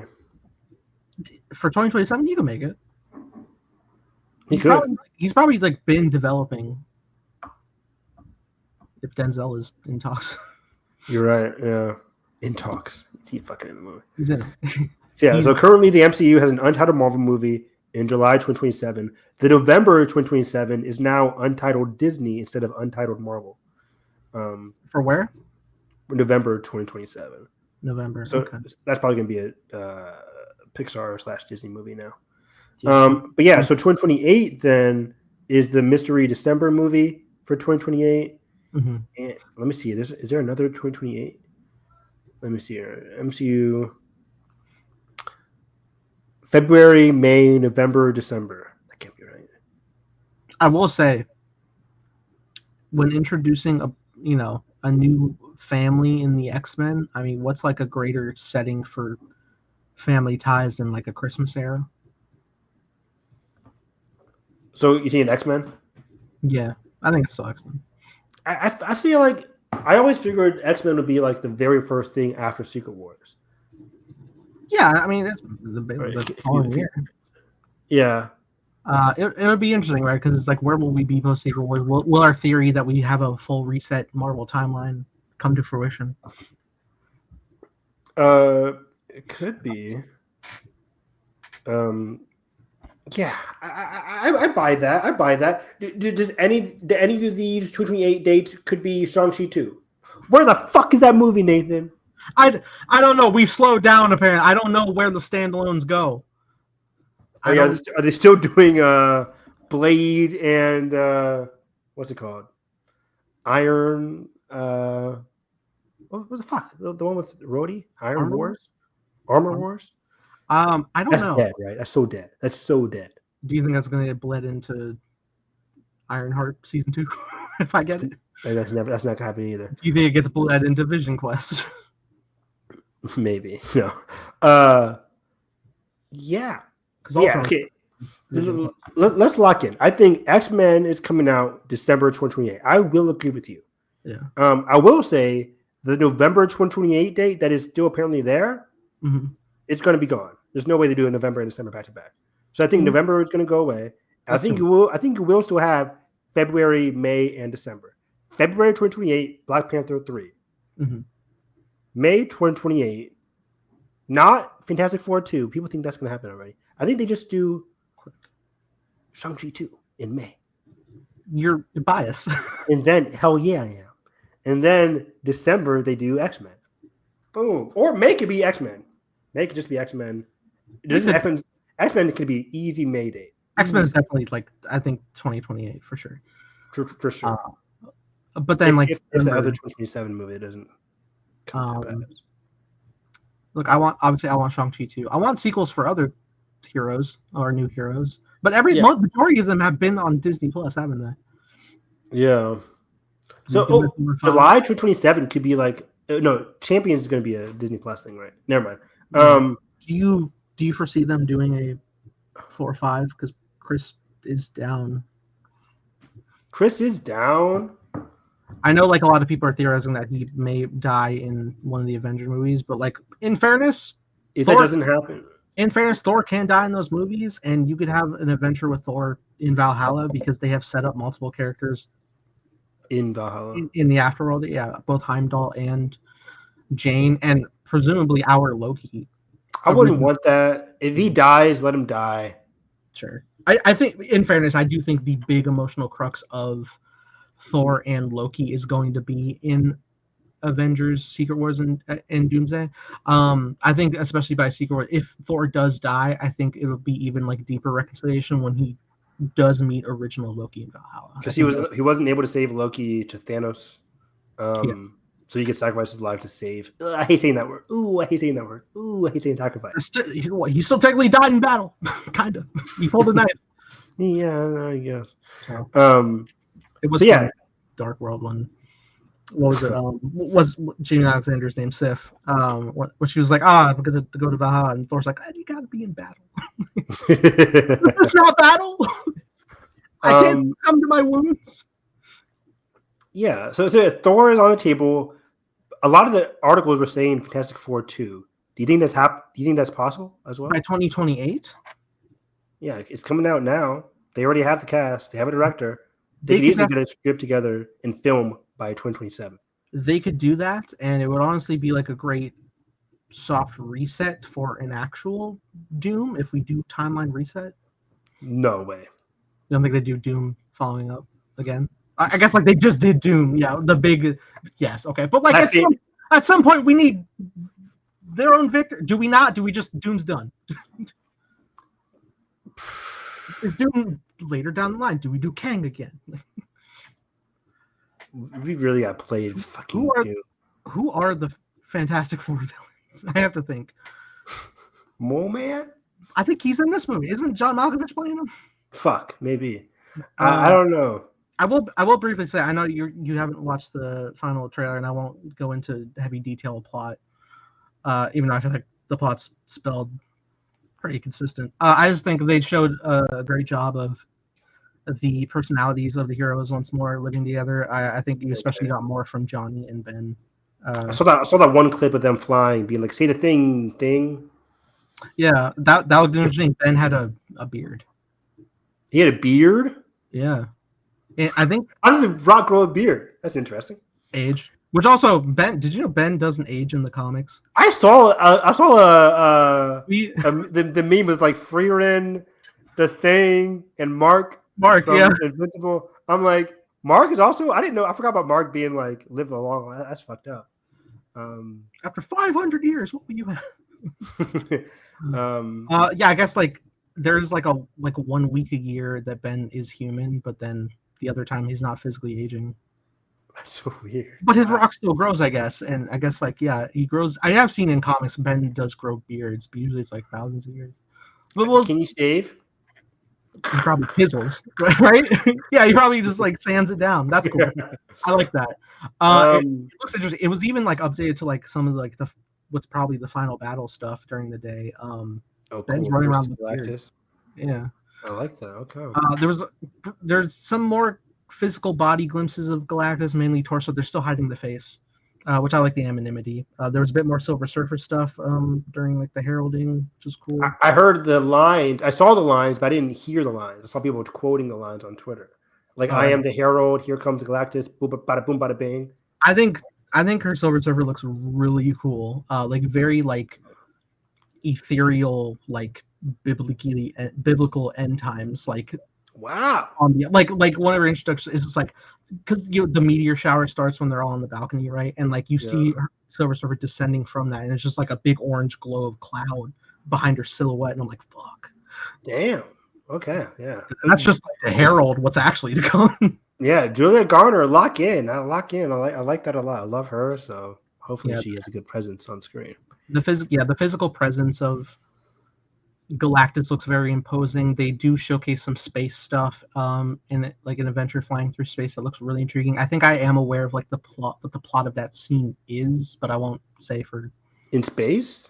Them in space. Yeah, of them. They have a scene in space. Wow. Yeah, I don't know. They definitely showcase a lot more of baby Franklin Richards. Baby Franklin. I think is everybody thinking he's going to pull like a Jack by the end of this movie?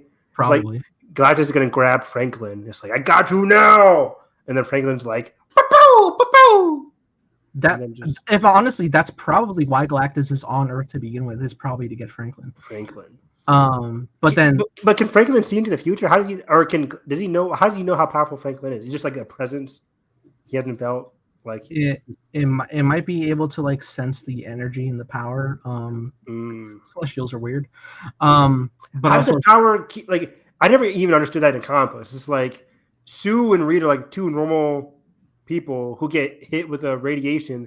Then they have space cosmos. Yeah. So I guess like the space energy genetically passes through. Power of children is always weird in like it doesn't matter. DNA. But yeah, I guess so.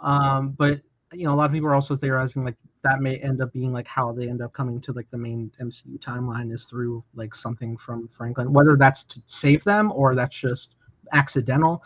Because it's still a toss up. I do not know if like they're able to save the world by the end or not. I hope because if they do, then like that's reason to go back, unless they have like a situation where like we're physically stuck in this world and we have to make the best of it while we try to figure out how to get back.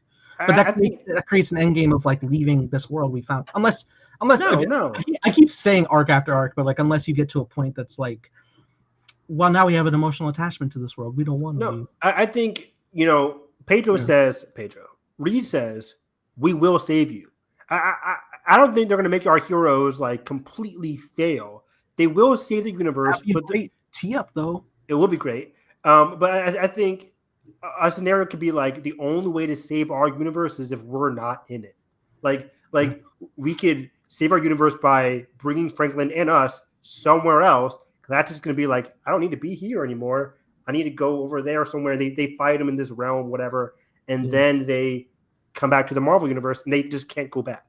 I will say, it's a one-way trip.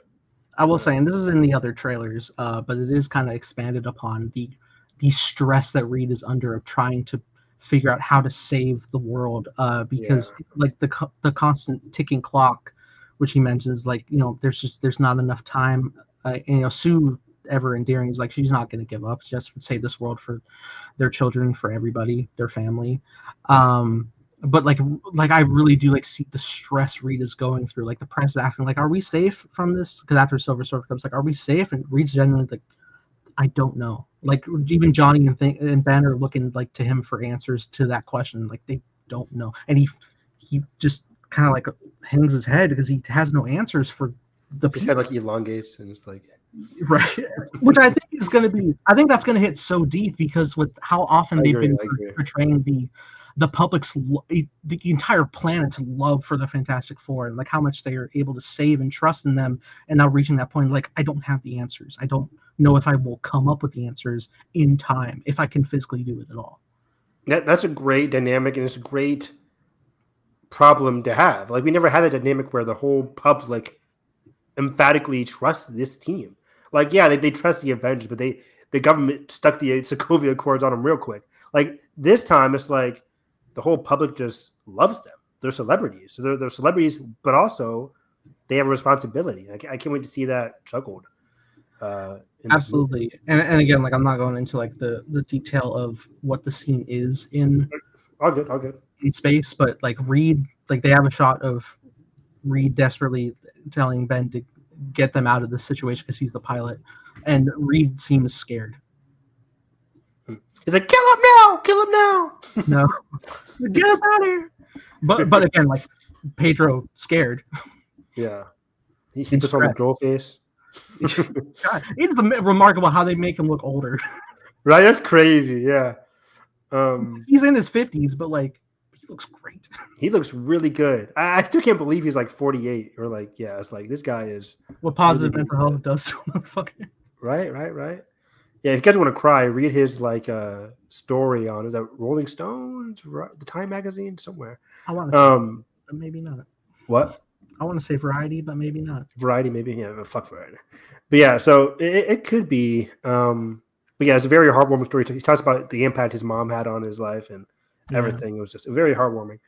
But yeah, so yeah, we don't know what that December 28th thing could be. X-Men, Fantastic Four looks really good. I still need to buy tickets for that. Right. Same. But yeah, I think it's going to be a great movie. You know, of course, people are going to be comparing Superman and Fantastic Four this next month, but it's not fair. It is funny, like how much I was like. I'm still excited for Superman, and I think it's especially going to start out with like what I've been pitched from like the first initial trailers of like the wholesome world, but like I've been seeing a lot more. What's the butt? Just because I've been seeing like so much more marketing of like other heroes and like we're with Lois flying in the spaceship and stuff, and I'm like, this feels very a lot from just like me following Superman going against Lex.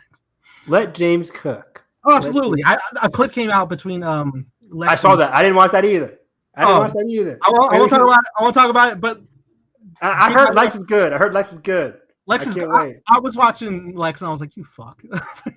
I can't wait. Because yeah, I want to experience like the Lex Clark dynamic. I'm not even the biggest Superman fan, but like we haven't had a good Lex and Clark dynamic since like the animated series. Like I want to get that. I mean, like Man of Steel is just not my thing, but their dynamic. I mean, but like I love in the animated series, even in like Justice League, the animated series is like, Clark and him have a great dynamic. It's great, and I think Nicholas Hoult is just a fantastic actor. So I can't wait to see that clip. Jalen watched it. He was like, "I just watched it." I'm like, "I'm not watching it. I believe you. I believe that they're both great in it." And, I was definitely able to like piece context from like, again, not talking about the clip, but piece context between the clip and like a scene in the trailer, per Lex going to the fortress, and I was like, oh, okay.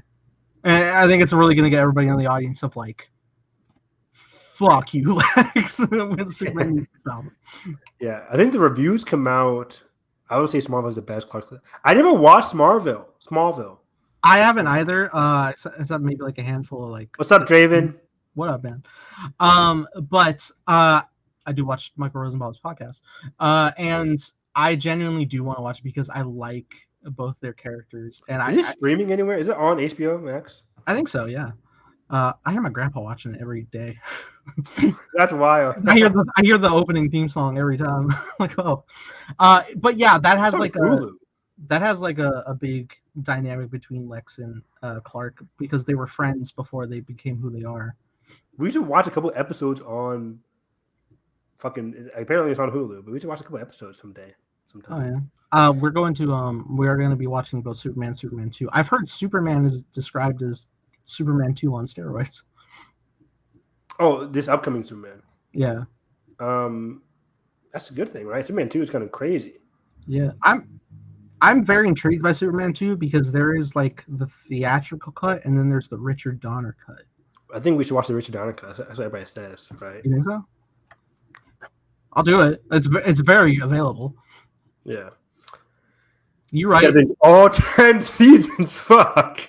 Did you know Tom Welling wouldn't put on the Superman suit because there was like a Superman curse where like every actor who put on the suit died horribly prior, or went through some sort of accident like Christopher Reeve and whatnot. Final Destination meets Superman. So I think like they like CG'd his suit on. I don't know if he was like in full garb like CG or if it was just like when he opened a shirt and it was the Superman logo by like the finale, but like it's fake. Wow. Even in like the Crisis crossover that happened recently on the CW, which he came back for, he was dressed farm boy casual. Yeah, he was just like I forgave the Superman thing, right? Yeah. So, but yeah, let's talk about the other big news of the week. Just yesterday, Denis Villeneuve doing Bond. Holy fuck! Now, this time last week, it was revealed that Amazon was meeting with a couple of directors. Denis Villeneuve was one of them, but also they had like Paul King, who has done the Paddington Bear movies. Yeah. Edgar Wright was one of them. Yeah. What does he? Do you have anything common? Where's he been? Edgar Wright. He has Running Man this year. The reboot of Running Man with what's his name? The Twister guy. Can you feel it? Chase it. What's his name? Glenn Powell. Glenn Powell's Running Man. I never watched the OG Running Man movie from the 80s. It doesn't get kind of old by like seeing time when it just put the damn suit on. Yeah.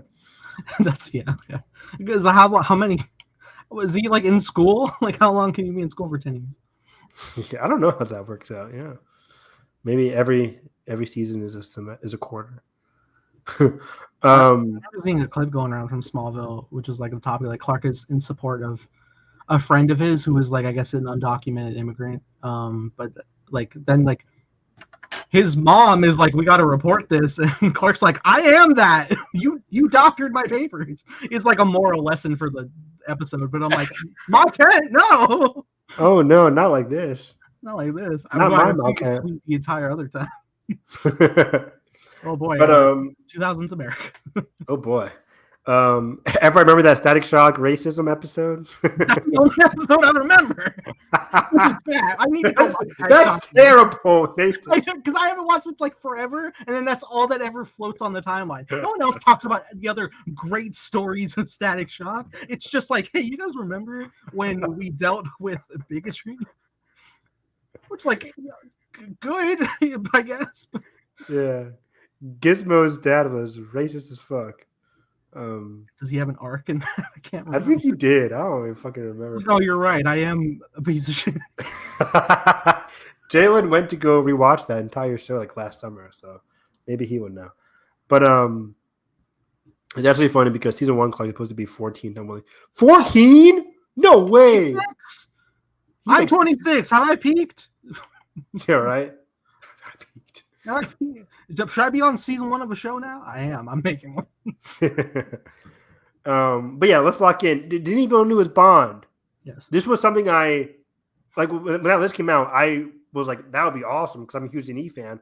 But at the same time, I was kind of with the people being like, this could feel, given what Denis does, similar to like Skyfall, Casino Royale type, movie. Or ever since Skyfall, they had No Time to Die and the one before Skyfall, or the one after Skyfall. What was it?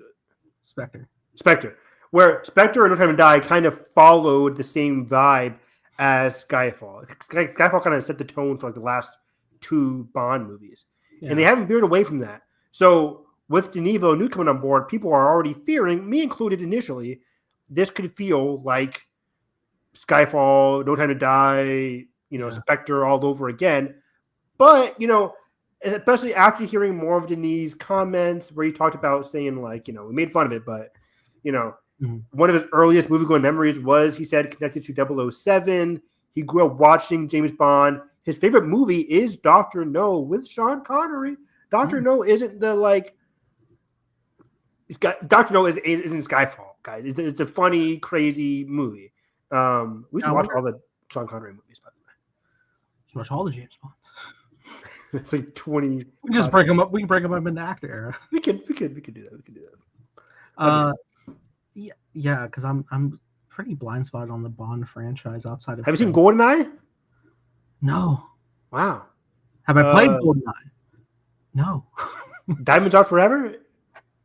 I've heard of it. Wow. I've heard of these. I've heard of all these movies. I have not watched really. Which one is the one from Halle Berry? Was that Diamonds Are Forever? It's Die Another Day.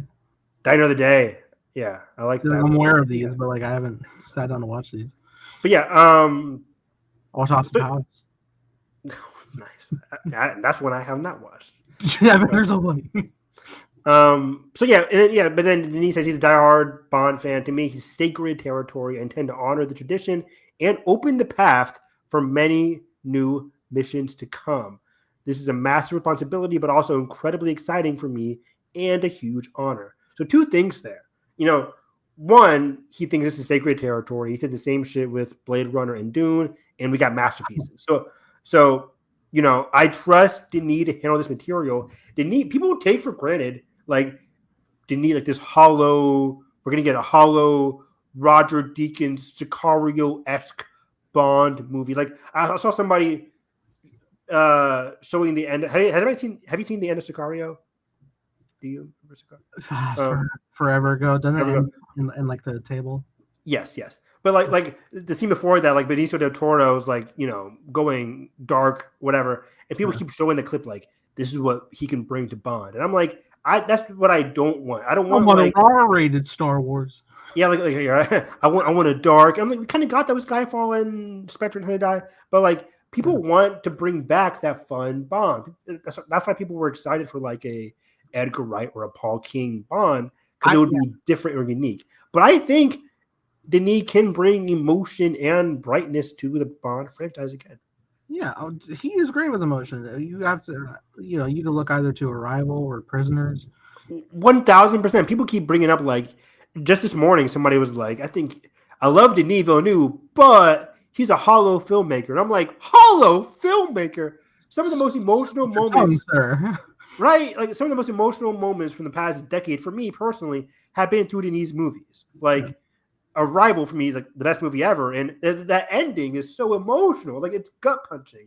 Blade Runner, when he's on the steps, gut punching. It's like he knows how to exude emotion in pivotal scenes. Prisoners, like there's tons of emotion packed in his movies. I think people are taking that for granted just because his movies feature like that slow, solemn-esque pacing. Yeah. But like, I think Denis knows, like, if he's saying he grew up watching the Sean Connery movies, I think he knows the difference between Sean Connery and like Casino Royale. Yeah. I haven't seen this movie, but like in terms of like 60s era fun spy film, didn't The Man from U.N.C.L.E. kind of do that, the remake? I just saw Man from U.N.C.L.E. just last year actually, or 2 years ago now, recently. But yeah, that's also 60s era Bond, very fun. So you're right on the money with that. We could get something like that. I wouldn't mind if he goes back in the past and they do whole that was a franchise. Somebody, wasn't it? I think Tony Gilroy and was it Soderbergh? I think it was Gilroy and somebody else.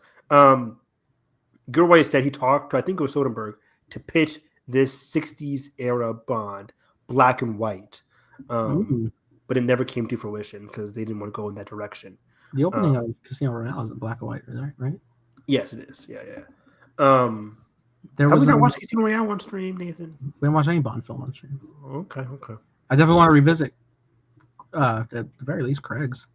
Especially Casino Royale. I love what I got from there. Mads Mikkelsen, Eva Green. Hell yeah. Beautiful. But, what was I going to say?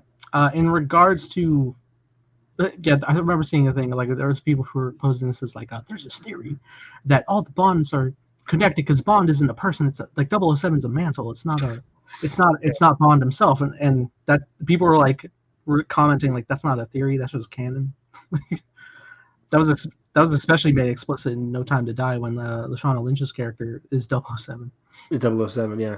But I think 007 continues, but like Bond is Bond. Yeah. Right?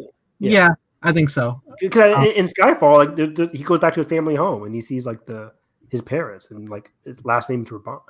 Totally. That is. Was there ever a case where like an actor from a previous Bond carried over? I don't think so. Right on.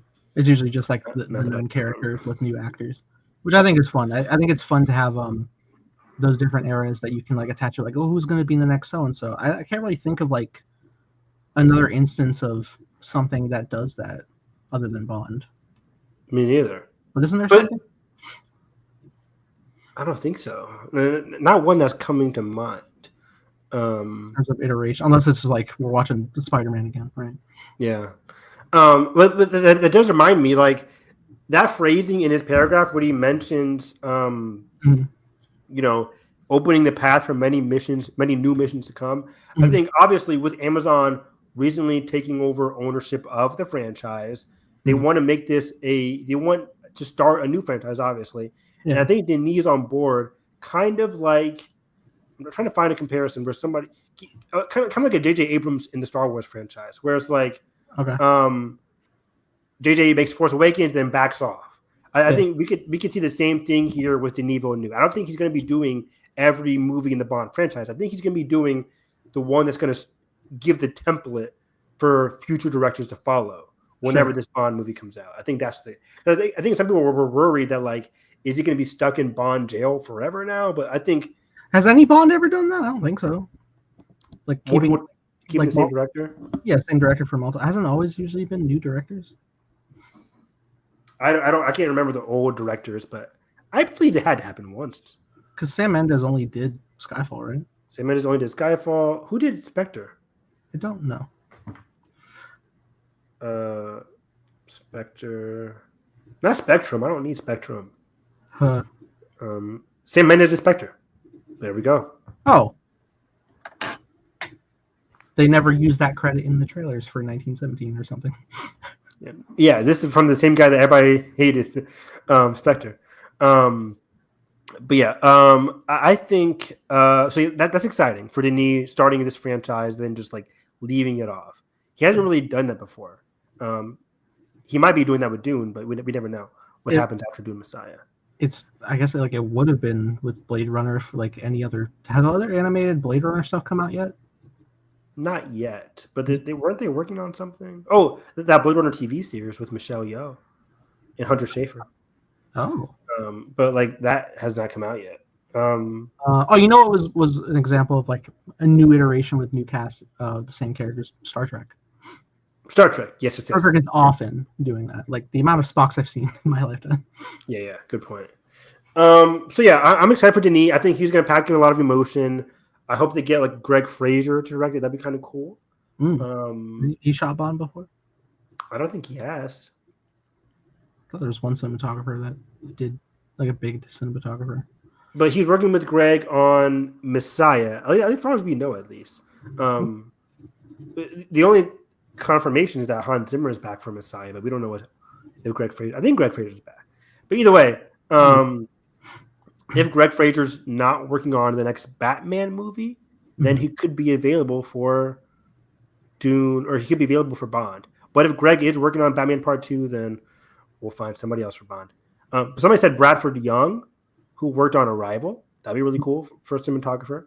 But also, who is going to be Bond? You know, it could be anybody. But like, I think a key thing is that like Denis is going to have a big play in who's going to be Bond. I don't see Denis ever signing on board without having a say on who the next Bond is going to be. I would be hopeful to see some vibrancy. Not the other Bond films previously looked bad, but like I'm hoping it's not just like gritty is not the word, but just like the sleek. Yeah, I'm with you. Yeah. Now, granted, I'm not looking for like neon John Wick world, but I think like if you look at like something like Blade Runner 2049 in terms of that vibrancy. That is the movie that I have said, like, any frame you pause it on, I would hang on my wall. 100%, 100%. But yeah, but maybe people don't want. I mean, like, yeah, I want those colors, that color to be added to the Bond franchise. But also, next year we're getting a Bond game with a young Bond. I wouldn't mind copying that with Denis movies. Young Bond, maybe get out of the modern era, just so you can separate yourself from Casino Royale, Skyfall. I think that was kind of the point with Craig's Bond, right? It was like he was kicking off as like kind of like a washed up agent, wasn't he? Like kind of like entering past his prime. I don't think past his prime. I thought that was the thing. Like he wasn't. Well, I mean, obviously he was like he was average age. He was average Bond age. I think like the big thing of Casino Royale was like he was like falling into like what we expect of a Bond, but then like I think it was by Skyfall it was like getting up there in age. Yeah, I think by Skyfall, yeah, but I think Casino Royale, the big part, given the controversy in 2008, whenever Casino Royale came out, 2006, but like his eyes are blue. I think it was that like he was so aggressive. He wasn't as like suave and like he wasn't your Sean Connery. He was very like rough, tough, aggressive in Casino Royale. What do you mean he's drinking a Heineken? Like you just watch that whole opening chase scene in Africa where he's like the whole thing is like very acrobatic and it's just like breaking necks. On camera. Even like the black and white part, he just shoots a guy like it's very aggressive. Yeah. But hopefully we can bring that aggression while also being fun. And we've never seen Denis challenge himself by doing something very like comedic, fun, vibrant, super vibrant at least. Yeah. I can't really think of like anything he's done that's been like super action heavy. Yeah. Even in the Dune film, Dune 2 is action, has a lot of action, but like it's not like action heavy. Yeah. It's not an action movie. Other than like running around to dodge during like that great sequence in the shadows. Yeah. And like stealth. He's great at stealth. Like that's going to be great for like some espionage stuff. But like when it came to like the final, well, he had the Coliseum in Dune 2, which is more like hand-to-hand stuff. I guess I'm more so I fucking Sicario, I guess. Yeah, Sicario is like action drama, I would say. Yeah, sure, but like there's still like mix of gunplay. Like we know he can do guns and he can do it very well. Yeah, and we know he can make scenes look immaculate. And you can set scenes that are very personable or sexy because it's Bond. And Denis can do that, guys. I think Denis can definitely do that sexy, fun flavor. I think people were just looking like, oh man, it's going to be very similar to what we already got. But trust Denis, at the very least, it's going to be peak, fantastic. So it's not going to be a bad movie. Even if it is similar to like what we've gotten before, it's going to be Denis' version, and that's going to be cool. Yeah. It'd be hard for that man to fall down to Quantum of Solace level. Yeah, exactly. So I'm just very excited. Denis had a lot on his plate though. Like after doing Messiah, he had that one nuclear movie about this nuclear something. I forget what it was called. It was like a modern day nuclear disaster type government kind of movie. It's an adaptation of a book. And he had that movie coming out, Rendezvous with Rama, which people said like is a rival on steroids, where like this big alien ship comes to Earth and it's just like, or at least come to outer space and like whatever. So I really wanted that movie because people kept saying like it's a rival on steroids. There's a lot of heart and emotion and crazy sci-fi mystery. I really wanted that because I want like back to a rival kind of Denis. But we're getting this. This seems like his absolute biggest priority after Dune Messiah. So we'll see. We shall see. Briefly touching on like the idea of aliens. Your boy Yorgos is cooking up something. Yeah, I'm super excited. Everybody, this morning, it's funny when I wake up randomly. Like I went to bed like around 7 last night, and I woke up randomly. 2 minutes after I woke up, the trailer drops. I'm like, oh, perfect. And I've been waiting for this movie. This is like my most anticipated movie of the year. Probably next is that No Other Choice, which is Park Chan-wook, which is my guy who did Old Boy. I can't wait. But Begonia is right there. I love everything Yorgos minus Killing of a Sacred Deer. I can't stand that movie. Have not seen. I think I I was told about it, like full plot, but like now I'm not fully remembering, so I need to revisit it. But yeah, when it came to Yorgos, I liked Poor Things. I didn't love it like everyone else, but I did quite like it. Love it. But then I saw Kinds of Kindness, and I was like, oh shit, this is just weird enough for me to like. Kinds of Kindness rocks. It does. I really like the triple play of it all. Maybe that was like what was so refreshing is that we got those three different things, but they were all in the same world. Yeah. It was. Have you seen that? Yes, I saw The Favorite. I do love The Favorite. That was great. Favorite rocks. So yeah, I definitely on board Yorgos, and like the plot here of like kidnapping a CEO because they think she's an alien. Wild. I can't wait. Wild. I'm intrigued. I kind of expect from Yorgos that it is going to be an alien. like there's this. It's actually based off of a South Korean movie. I think it's called Save the Planet, Save the Green Planet, in South Korea, and it looks like very weird there too. So it is an adaptation, but like it looks. Yorgos seems to be taking this in a very cool way. I think this one is more modern. And yeah, Emma Stone looks great in it. There is no, I'm a huge Oscar guy. There is no front runner for Best Actor right now. People keep looking at Homeboy from The Bear. What's his name? Jeremy Allen White. Yeah. Because he's doing. Did you see The Hut? He's doing Springsteen, and that trailer came out, and he looks like incredible in that movie. I'm like, oh, it's pretty. It's your biopic trailer. It's like I'm gonna change. I do like biopics. I'm the odd man out to the world of film Twitter. It's like I see the same thing. Rocket Man, no one likes him. Every musician's like, I'm gonna change the world, and it's like, okay. Do your thing, Springsteen. Just from like someone who like likes to make music and like go through creative process, I like watching biopics. I think be melodramatic at times, but like I think it's fun. They are cozy, but yeah, I think I bring that up because I think while Jeremy Allen White looks great, I think watch out for Jesse Plemons. This could be his year. If Begonia is as good as I think that teaser trailer is looking like people are saying like. People who have seen clips of this movie or have seen like inside people, they said they're comparing this to Parasite. Like this is Yorgos' Parasite. Side note, I just remembered when we were watching Jurassic World Dominion. I remember there was the guy at the compound that was going against Dodson, and he was all smug about it. But I was thinking like, I know this actor. He was in Kinds of Kindness. Oh, which one? At least like in like the second story with like the couples, the black guy. Who is the guy going against Dodson? The black guy? Yeah. He was in Kinds of Kindness? Yeah, he's like the other half of the other couple. Yes. He was good at that too. But yeah, so yeah, I think people are saying like this could be Yorgos' Parasite. It could be connecting with audiences on a deeper level than like a Poor Things could. It's his Parasite because it's Korean. Maybe, yeah, hopefully not that way. So I'm just very excited for that. I think my most anticipated rest of the year are like Begonia, Weapons, No Other Choice. I forgot about Weapons until it was recently like brought back up. I was like, oh fuck yeah, that's right. That looks insane. I didn't watch that second trailer either because I'm like, I don't want to see anything else from this movie. What was the plot?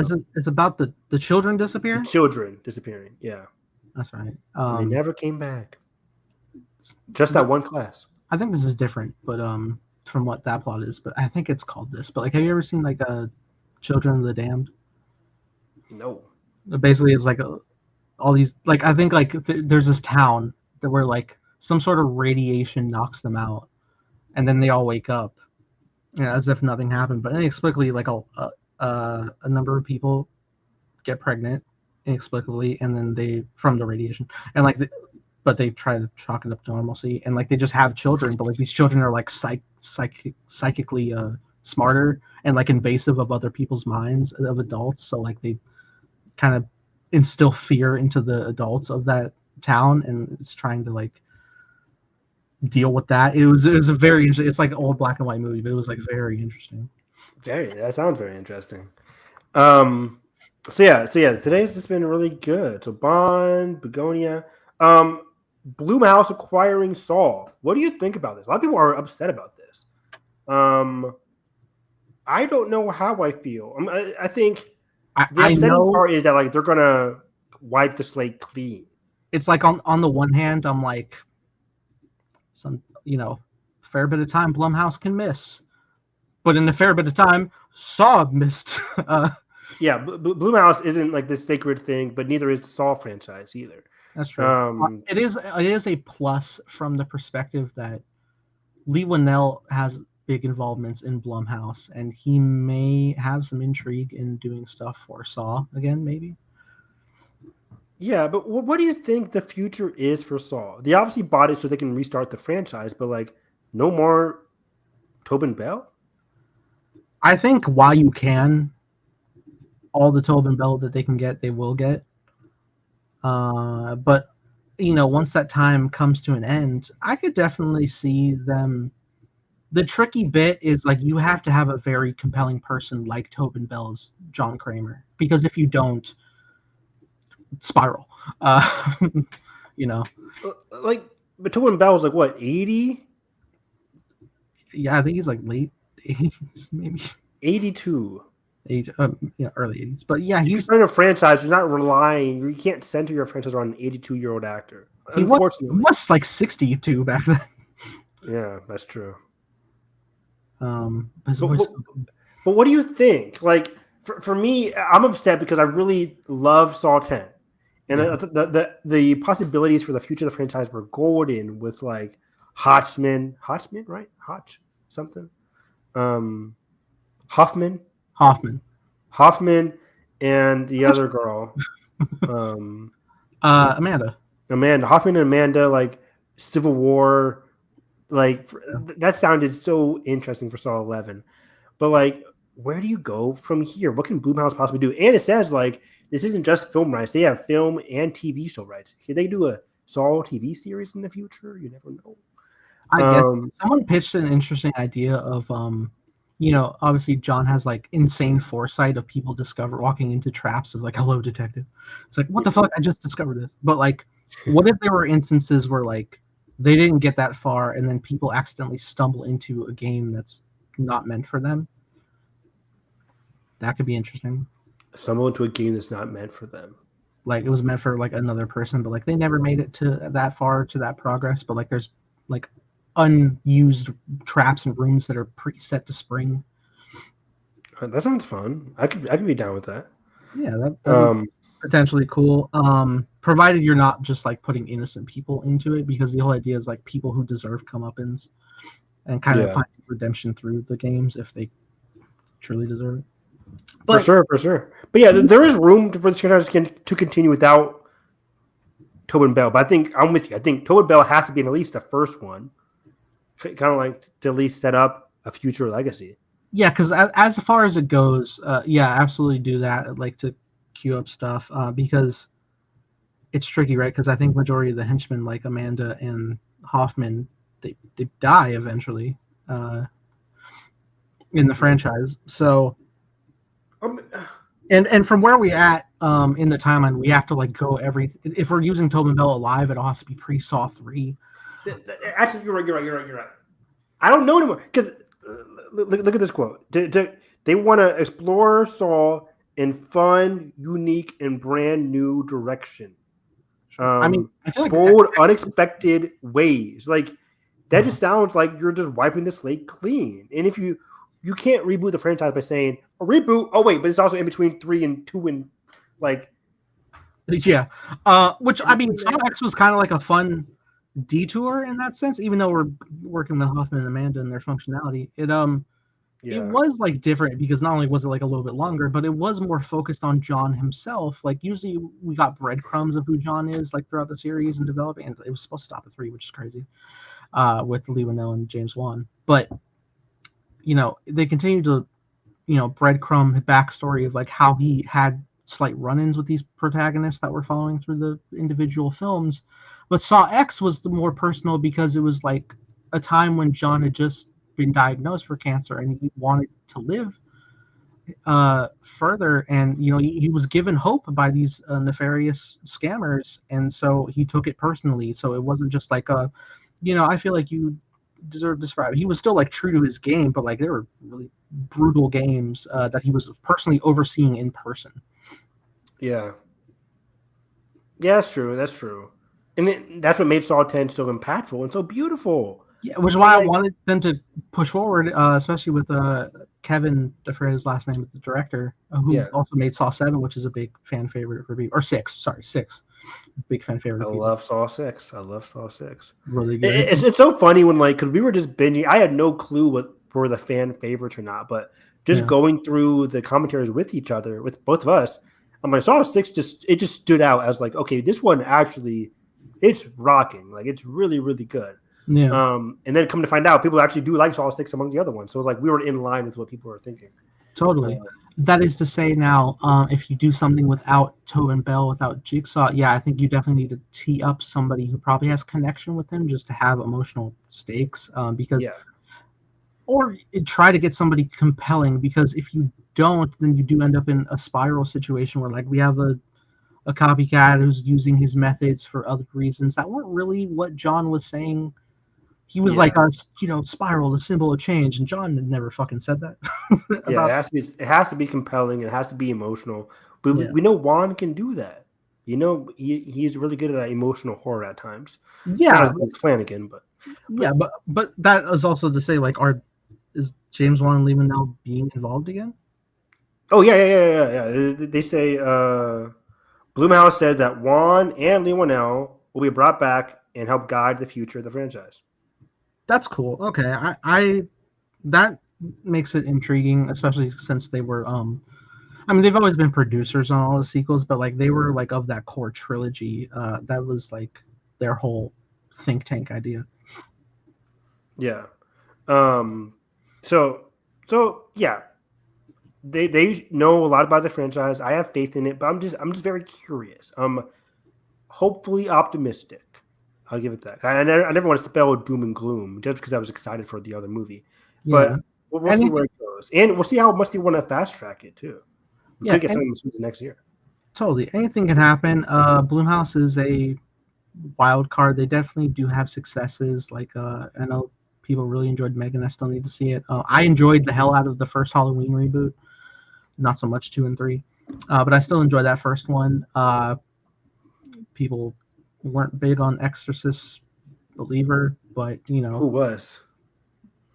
it was okay for me. It's not good, Nathan. I, I, I didn't say great.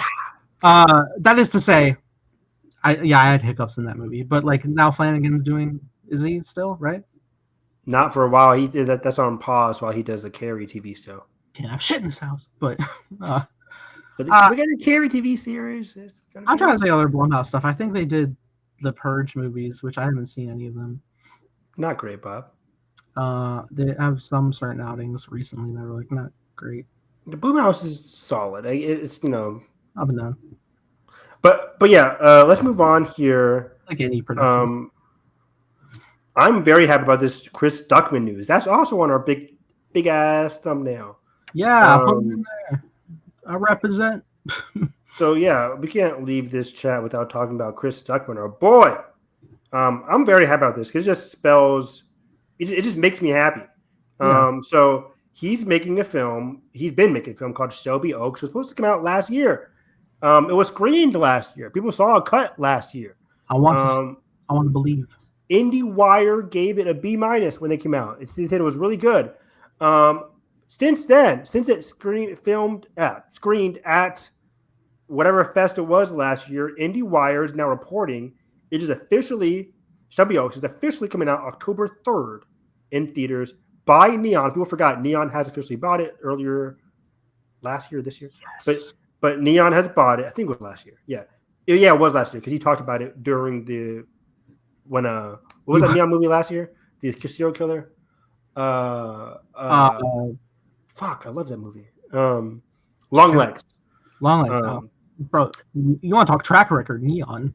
Neon's been on fire. Yeah, they gave Parasite 5 Oscars, Anora 5 Oscars.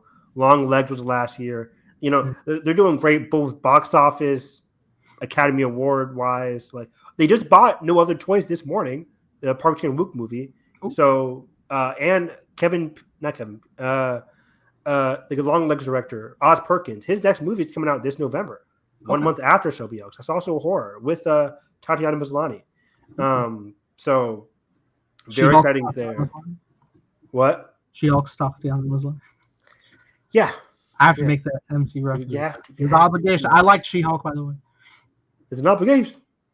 So yeah, Shelby Oaks is coming out officially October 3rd. And the biggest part about this news that's breaking is that since it was screened, there was Fright Fest at the UK. They said it disappeared. But Neon, after watching the cut of the movie, has boosted the project with an undisclosed amount of supplemental funding that has allowed Stuckmann to ramp up the gore and violence. Yeah. I'll keep on talking. But IndieWire has given this movie more money to up the gore and violence while also giving more funding to film reshoots in other areas. So, for example, Stuckmann says we were able to go back into the movie at a couple key points and really punch up some of the bloody elements while also making them film in different locations that they weren't able to film when they were first initially filming. Like, I think they bring up here, let me see if I can find it. They were able to film, like, an example, an actual prison during the course of this movie. They said it is a dark film, so we're leaning into the darkness, and Neon gave us the freedom and additional funds to get some of those dark and gnarly elements right and in an authentic way. So again, reshoots, adding better locations that they weren't able to get, gore and violence. And some people might ask, like, is gore and violence necessarily important? And gore and violence isn't necessarily like going to make a movie better, but they're punching up the elements that were in Chris's original script that they weren't able to elevate given the resources that they had. So yeah, they're punching up. Nathan, I was just saying again, they're punching up the gore and violence, and they were able to reshoot at a couple of places they couldn't reshoot because of the limitations of the funding. Like they have $1 million based off of the Kickstarter, which was incredible. Like Nathan, but at some points in the script, they couldn't film like in the location that they wanted to. They couldn't get the lighting exactly right. But Neon, having reread the script, were able to have them film in other places, like a natural prison for one of these places, an actual prison, I think, in Ohio. And then, gore, violence, additional reshoots, just in general, trying to punch up this movie to get as authentic to the script as possible with these additional funds and reshoots, which is just unprecedented for a first-time filmmaker like Stuckmann, and for a project like this, which has been backed by Mike Flanagan, amongst some other names. So it's very heartwarming. It's very cool to see. I can't wait to support this movie. I'm definitely going to see it more than once in theaters. It's coming out October 3rd, guys, Shelby Oaks. And I think if people are forgetting the plot, let me go back and read the plot again. Internet ghost hunters who are desperate to find out whatever happened to their best friend, Riley, played by Sarah Dunn. As the investigation ghost hunters, apparently, chaos ensues as they try to investigate what happened to their friend. But yeah, it involves like an actual prison that they couldn't get to, but now they could. And yeah, Keith David's in this, if people forgot. Yes. That's really cool. That's in everything. So yeah, I'm just very excited for Chris Stuckmann, and I can't wait to see this movie. Same, man. I think he wholeheartedly deserves this. I think he is someone who he genuinely cares so deeply about the craft of filmmaking and what goes into it. Not just like from like the filmmaking standpoint, but like what the film becomes, even like after. Like he's no stranger to the idea of physical media. So I feel like he's just not only going to deliver something so personal and so rewarding of an end piece, but I think we'll be able to see so much of like the makings of, which he was continuously uploading for like stuff too as well. I would also like love to see if he would be willing to like include his original cut of that he had along with this new punched up version, just to see like what the differences are, or at least be able to like chat about it, commentary or something. I doubt it. It But depends. it'll be kind of cool. I mean, because usually people like to do like an original film that's finished, and then like a Stuckmann cut or whatever. But I never like a old cut that's like the director doesn't really like. Like if Stuckmann doesn't like it, I don't see him wanting to share it. That's fair, and if he doesn't, then that's absolutely fine. But like if he were open to it, that would be something I would see, or at the least like just say while he's filming some type of commentary for the end product, just to be like, oh yeah, here we didn't have as much here, but we were able to punch up, like anything like that would be great insight. And sorry, were you finished? You go. Yeah, it just bears repeating that, like, you know, given today's day and age, like people are just so negative, super negative. They're looking for anything to hate, and especially for Stuckmann, who reviews movies for a living, people are waiting to be like, oh, he's reviewing movies and his movie stinks. Which, you know, there's gonna be people that like movies, people that don't like movies, whatever. But it's like, even if you don't like the movie, I think people should just not come in with this like negativity, which I'm fearful of.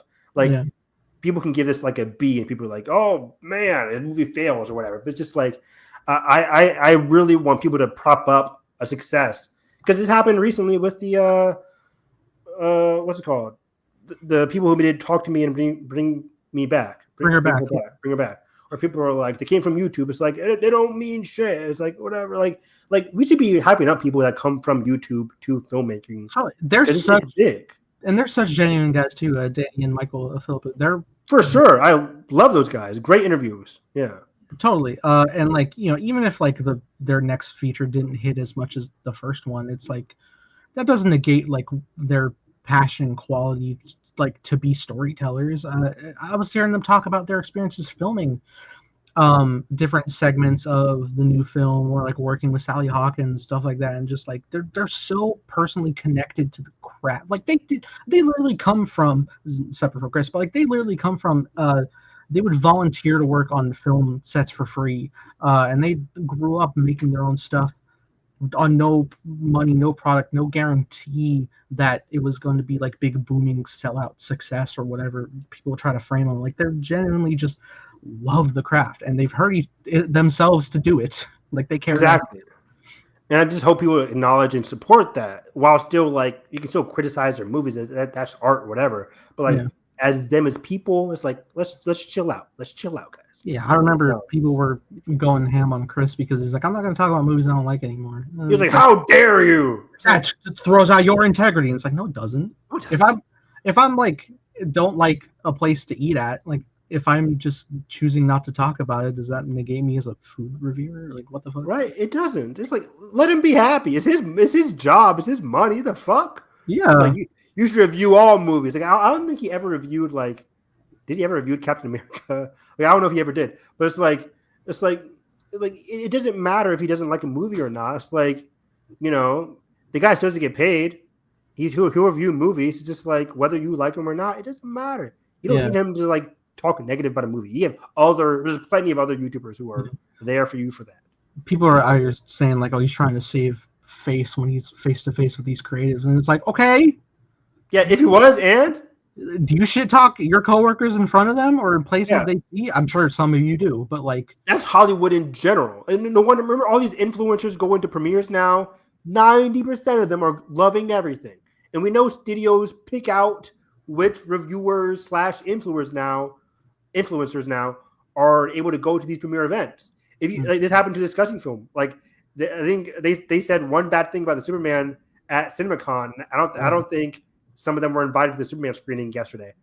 And it's just like that's what happens. Studios like to pick out people who are going to be like, yay to their movie. That's just Hollywood in general, baby.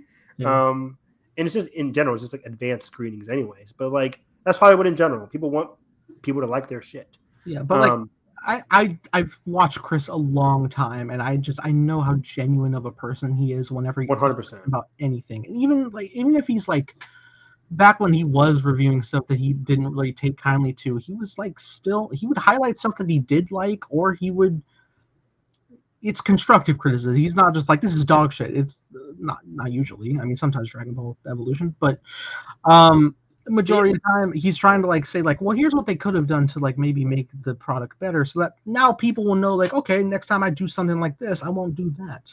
And 90% of filmmakers don't have what Chris has, that like a big platform on YouTube. You don't see like David Fincher or Denis Villeneuve talking about movies that they hate, right? Because they've been through the business. They know what the business. They know how difficult it is to make a movie. That's why you don't see a lot of directors, writers, etc. talking about films they hate. Chris is just another one to add to the pile of established directors now realizing this shit is hard. I'm not going to just shit on people's movies now.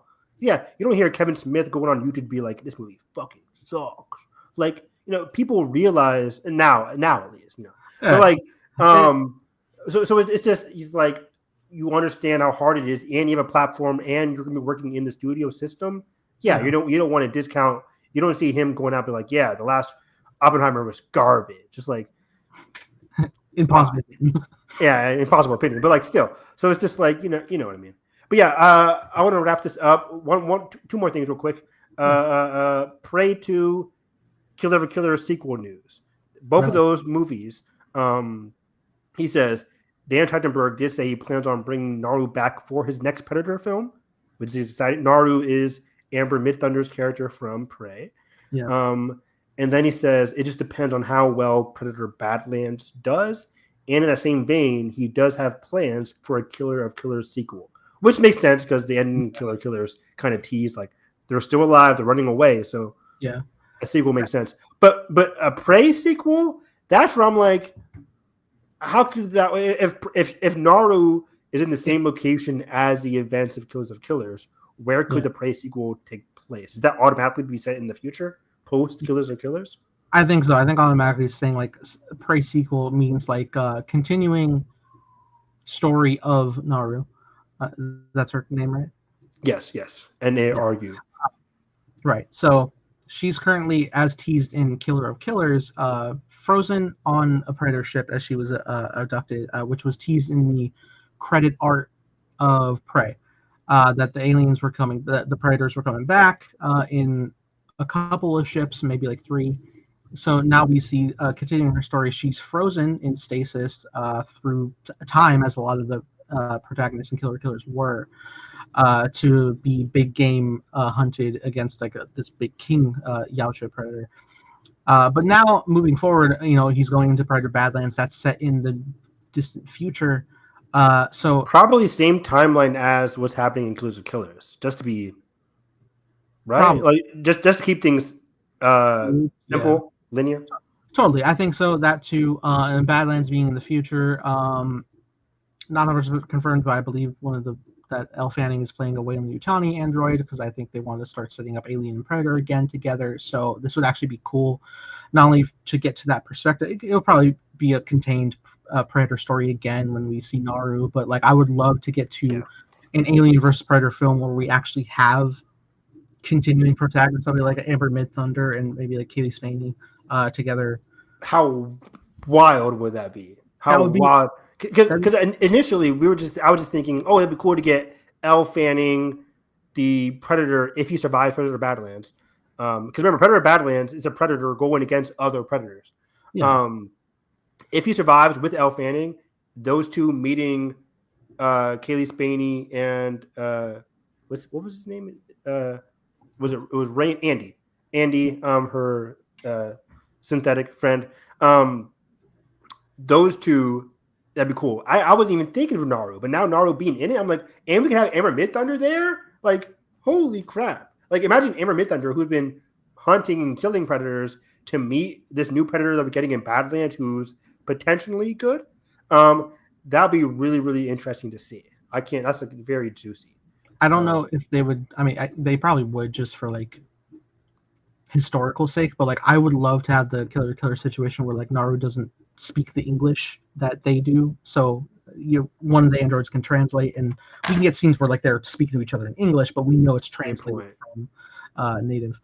That'd be really cool. That's a great point. Yeah, man, it gets me so excited. People need to watch Predator Badlands. Like, whenever that trailer comes on, it looks so cool. I'm seeing that in the biggest screen possible.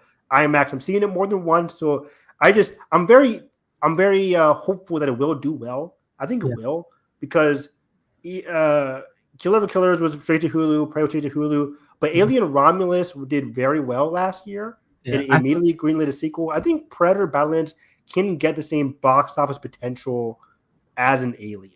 I think it has a lot going for it for freshness because every Predator film prior to this has primarily been like, we're on Earth, we're fighting the human. How is the human gonna outwit the Predator? There we go. But now here it's a whole different thing. Our main protagonist being one of the predators, going against other bigger, badder predators and other alien creatures, more like environmental sci-fi setting as opposed to just generic like the average Earth or old past no technology Earth. Like this is like we have different technologies, different aliens, different worlds to explore. So it's a lot more fresh, and people love sci-fi; they still do. So being able to explore all of these just makes it, I think, a bit more refreshing. Not only for like a setting, but the fact that like we're actually following the Predator. And usually, like when people go to a Predator movie, it's like, oh, I can't wait to see what the Predator does. That's so cool. Well, now you're following him and encouraging him on. That's great. Which is so rare. It's rarefied air. I think I'm with you. I think audiences are going to be like feel refreshed to see that kind of perspective. Yeah. And I think people are ready. I'm trying to look up the budget. See, hopefully, it didn't have a big budget. I'm gonna guess 90 million. Rumored to have 100 million. Not too bad. It's pretty cheap. So yeah, this movie opens to like 30, 40 million. Like that'd be a big success. I think it has potential. It's coming out like what? I think September, August. November. I think so. The big thing too is like, I hope it does well because I don't want Fox to get scared like back to Hulu. Like, don't do that. They will. That would be 100% what would happen. So November 7th. Let me see what else is going on November 7th. The end of November is crowded as fuck, but with Zootopia and Wicked. And as far as Alien Romulus, like, is that set to get a sequel, like with the characters? Alien Romulus. I mean, yeah. That's all set. I think we talked about that. I think Alien Romulus is set to start filming, or at least, by the end of this year. Oh shit! See, I never hear people talk about it, so I'm always like in limbo of like, did it do well? Are we good? It did well financially. I think. Let me see. Alien sequel starts filming this fall, specifically in October, with director Fede Alvarez at the helm. Love it. Pre-production is already on the way. It'll explore new territory. That's all you can say. Here's a quick question in regards to Alien. If we get to the Alien versus Predator project, does it go to one of them, or do you think it's a whole different director and like their producers on it? You know, we could get a 28 years later situation. Fede write it, Dan direct it. That's fun. That's ideal, I think. Fede is a great writer. They'll probably like both have a hand in the writing. They'll probably have both in the hand in the writing. Yeah, that's how it works out. But I mean, either one of them directing it, Dan and Fede are like equally talented directors. I think. Yeah. Just watch. You know, I can't stop glazing 2013's Evil Dead. Yeah. So I know Fede has like the way he shot that movie. Wow. Yeah. But also Dan Trachtenberg is also a very good director. The way he directed Prey. And we saw Dan is more eclectic, I would say, because we see him with animation now, and he's a really good animation director, which is another different breed of style and technicality. Fede also did Don't Breathe, the first one. Great movie. And Girl in the Spider's Web, which was part of the Dragon Tattoo adaptations. You know, we all do something. Dan Trachtenberg, though. He did 10 Cloverfield Lane. Yes, I still have to see that. Oh, wow. Yeah, it's a great movie. He did a short for the game Portal, 7 minutes. I heard about that. Yeah, I loved Portal franchise when I was a kid. Oh my god, that was my shit. Right on. And he did a Black Mirror thing with season 3, episode 2, which starred Wyatt Russell. Mid-Mirror? The whole 7 seasons? Not my thing. Not my thing. It's anthology. Not my thing, Bob. You like attachment. Yeah. I mean, some of the episodes. What? You said fuck the Marvel specials. Basically. Yeah. But anyways, November 7th is kind of big. It's coming out the same day as The Running Man, Edgar Wright's The Running Man. and sentimental value, but that's an indie movie. But the next week after that is Now You See Me 3. Okay. That's gonna be a big hit. That'd be After fun. that, then it's Wicked. So it doesn't have a weekend to itself. It has a week to itself, basically. I don't think The Running Man's gonna be a big hit, but either way, I think I'm hoping the best for Badlands. I'm hoping for the best. What's the following week you said? The following week is Now You See Me 3. I think it will. That's like dependent on like what audiences engage in. If they want like a fun comedy with magic, they'll go to that. But if you're still looking for that action high, I think Predators will hold. Action horror, yeah, Yeah. that's a good point. And then after that, it's Wicked 2, which is still a family oriented thing. That the first one made bank and was a phenomenon. So I think like it's the wrap up of the story. It's definitely gonna have numbers. I see it doing equally as well financially. Will it get as many awards? It doesn't have to. It made its mark. I was talking to my friend, and on YouTube, the Oscar expert said that Ariana has a chance to win, maybe. But I'm like, I think it's too early to say. I don't know. Yeah, I don't know where the story itself goes. I'm waiting to watch. Yeah, but yeah. Lastly, real quick, Gunn is actively working on Batman, Brave and the Bold, and Wonder Woman. Those are his priorities right now. Mm-hmm. And my main question to you, Nathan. Yes. June 2025. Have you changed your opinion on, the Batman being in the DCU now?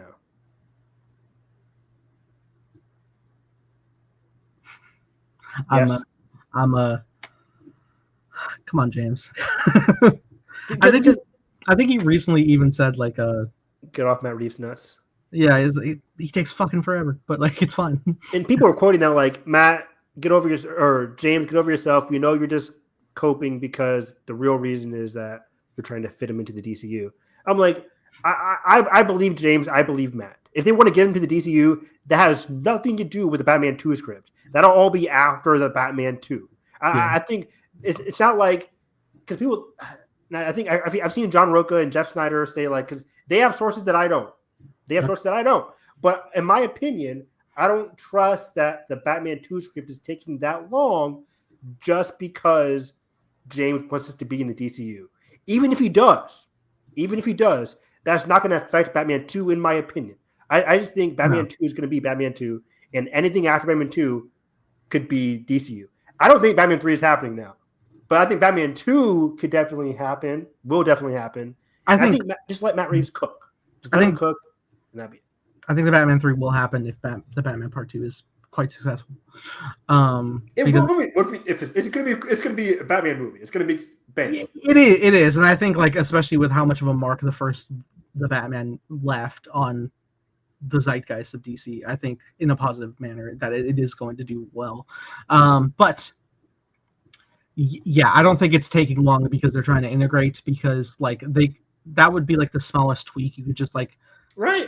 It's just like, okay, well, fucking Gotham Gazette has a report on Superman or something. It doesn't have to be that deep because James knows to do that, and they could at least move into production with majority of like the main story script 95% written, and it's like and Metropolis is going through something, and that's all you have to do. And that's what I want because I think Pattinson is a great connection to David's Superman. I think that they would have great dynamic because they're a similar age. It still feels weird to have old parental Batman to, granted it's 30s Superman, but like it still feels odd, right? It feels like I'm getting Ben Affleck again for. I know you still think that way, but I think it's different because Robert just looks younger. It's more so like it. I have the weird feeling. Again, that's why I was kind of like thrown from my feeling of Superman coming up, even though I'm super excited for what they have for Clark, Lois, and Lex. It's because like it's in an already established hero universe that throws me off, because I like the development of things falling into place. This isn't like what we were doing last DCU where it's just like, and here's the PowerPoint of every Justice League member. This is like, no, they're functioning before like the big necessary need for like Justice League ensembles and stuff. They're all like established doing their own things. I mean, it just does feel wild that like I'm going to be going to a Batman that already has the entire Bat family more or less active. going. I like it. I think it's definitely unique.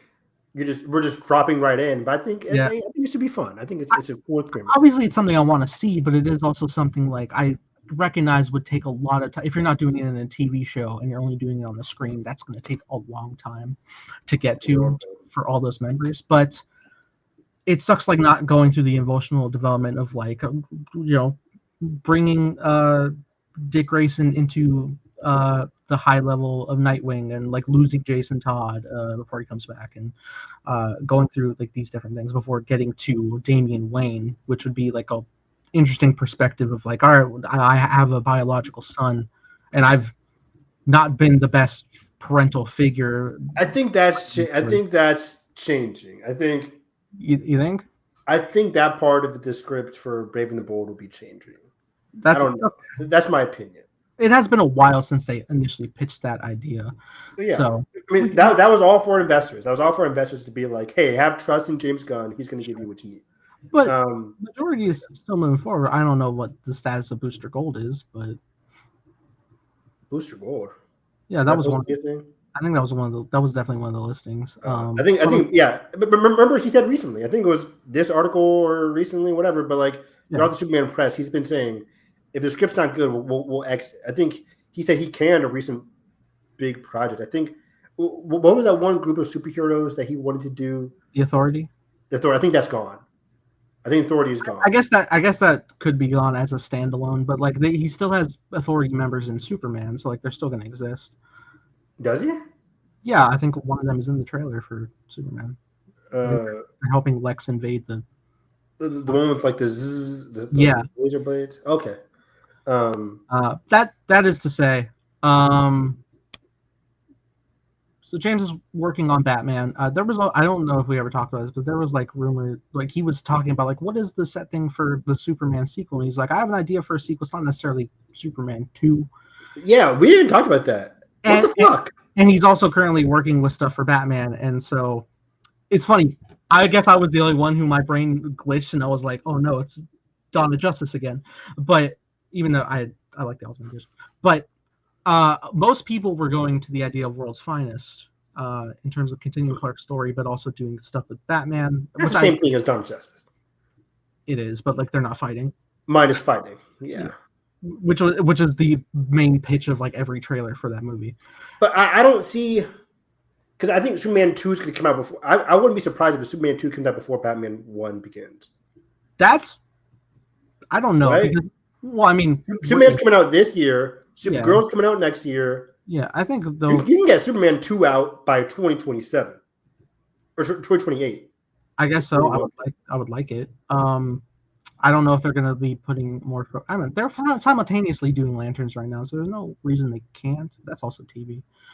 I don't know. Like in terms of movies, they're doing Clayface, but I don't know how deep that goes into the DCU, especially if you're not functioning Batman. Probably not. Which again feels odd. It's odd.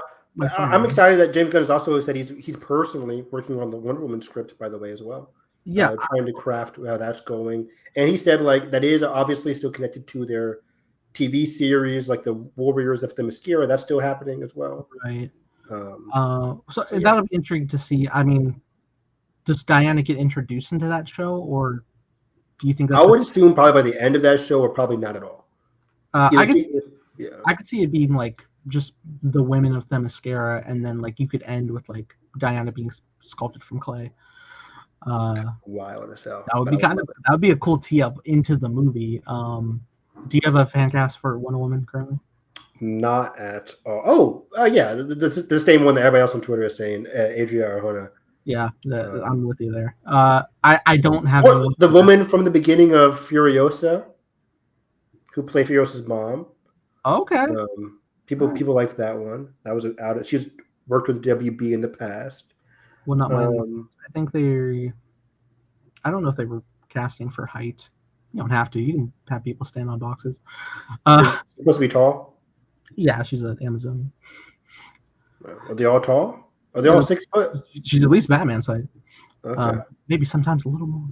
I have nothing for casting for Batman because at this point I don't know. It's like I'm not saying John Hamm or Reacher because that's Jake Gyllenhaal. I think all all good actors, but like It's going to be a perfectly fine actor. Yeah.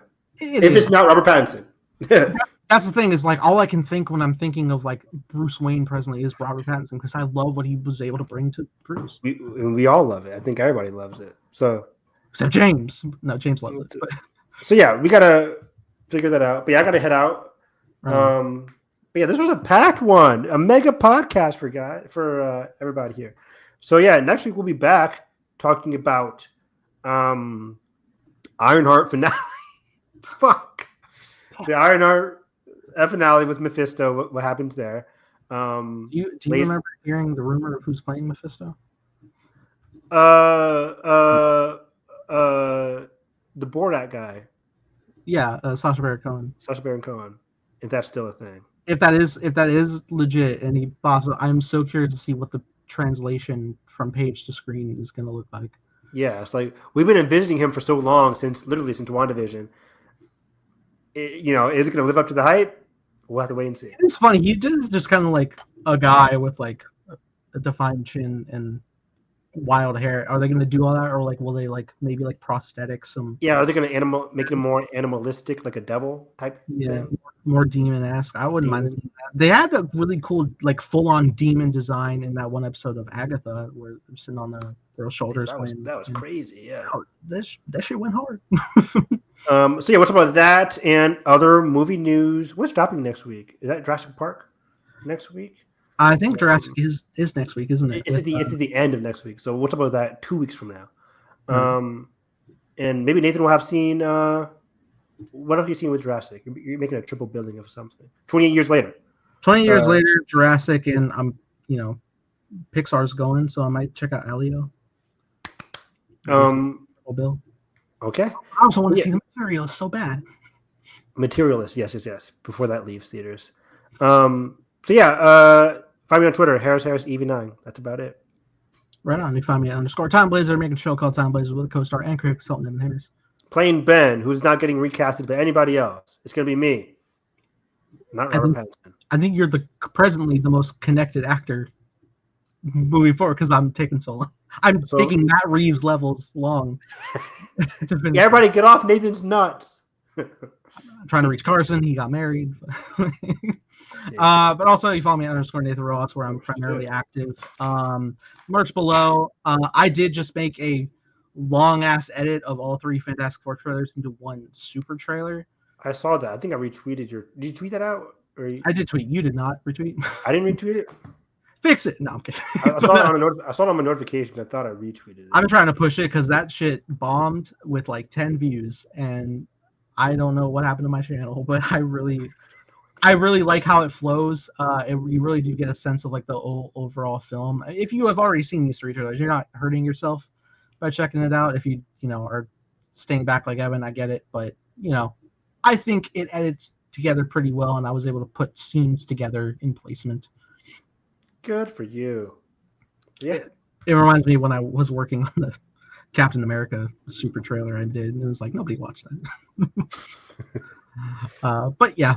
If you guys enjoyed this, make sure you like button, subscribe, and already ring the bell so you don't miss coverage on all things movie and TV and sometimes gaming. And that being said, hope you have a great day. Catch you guys next time.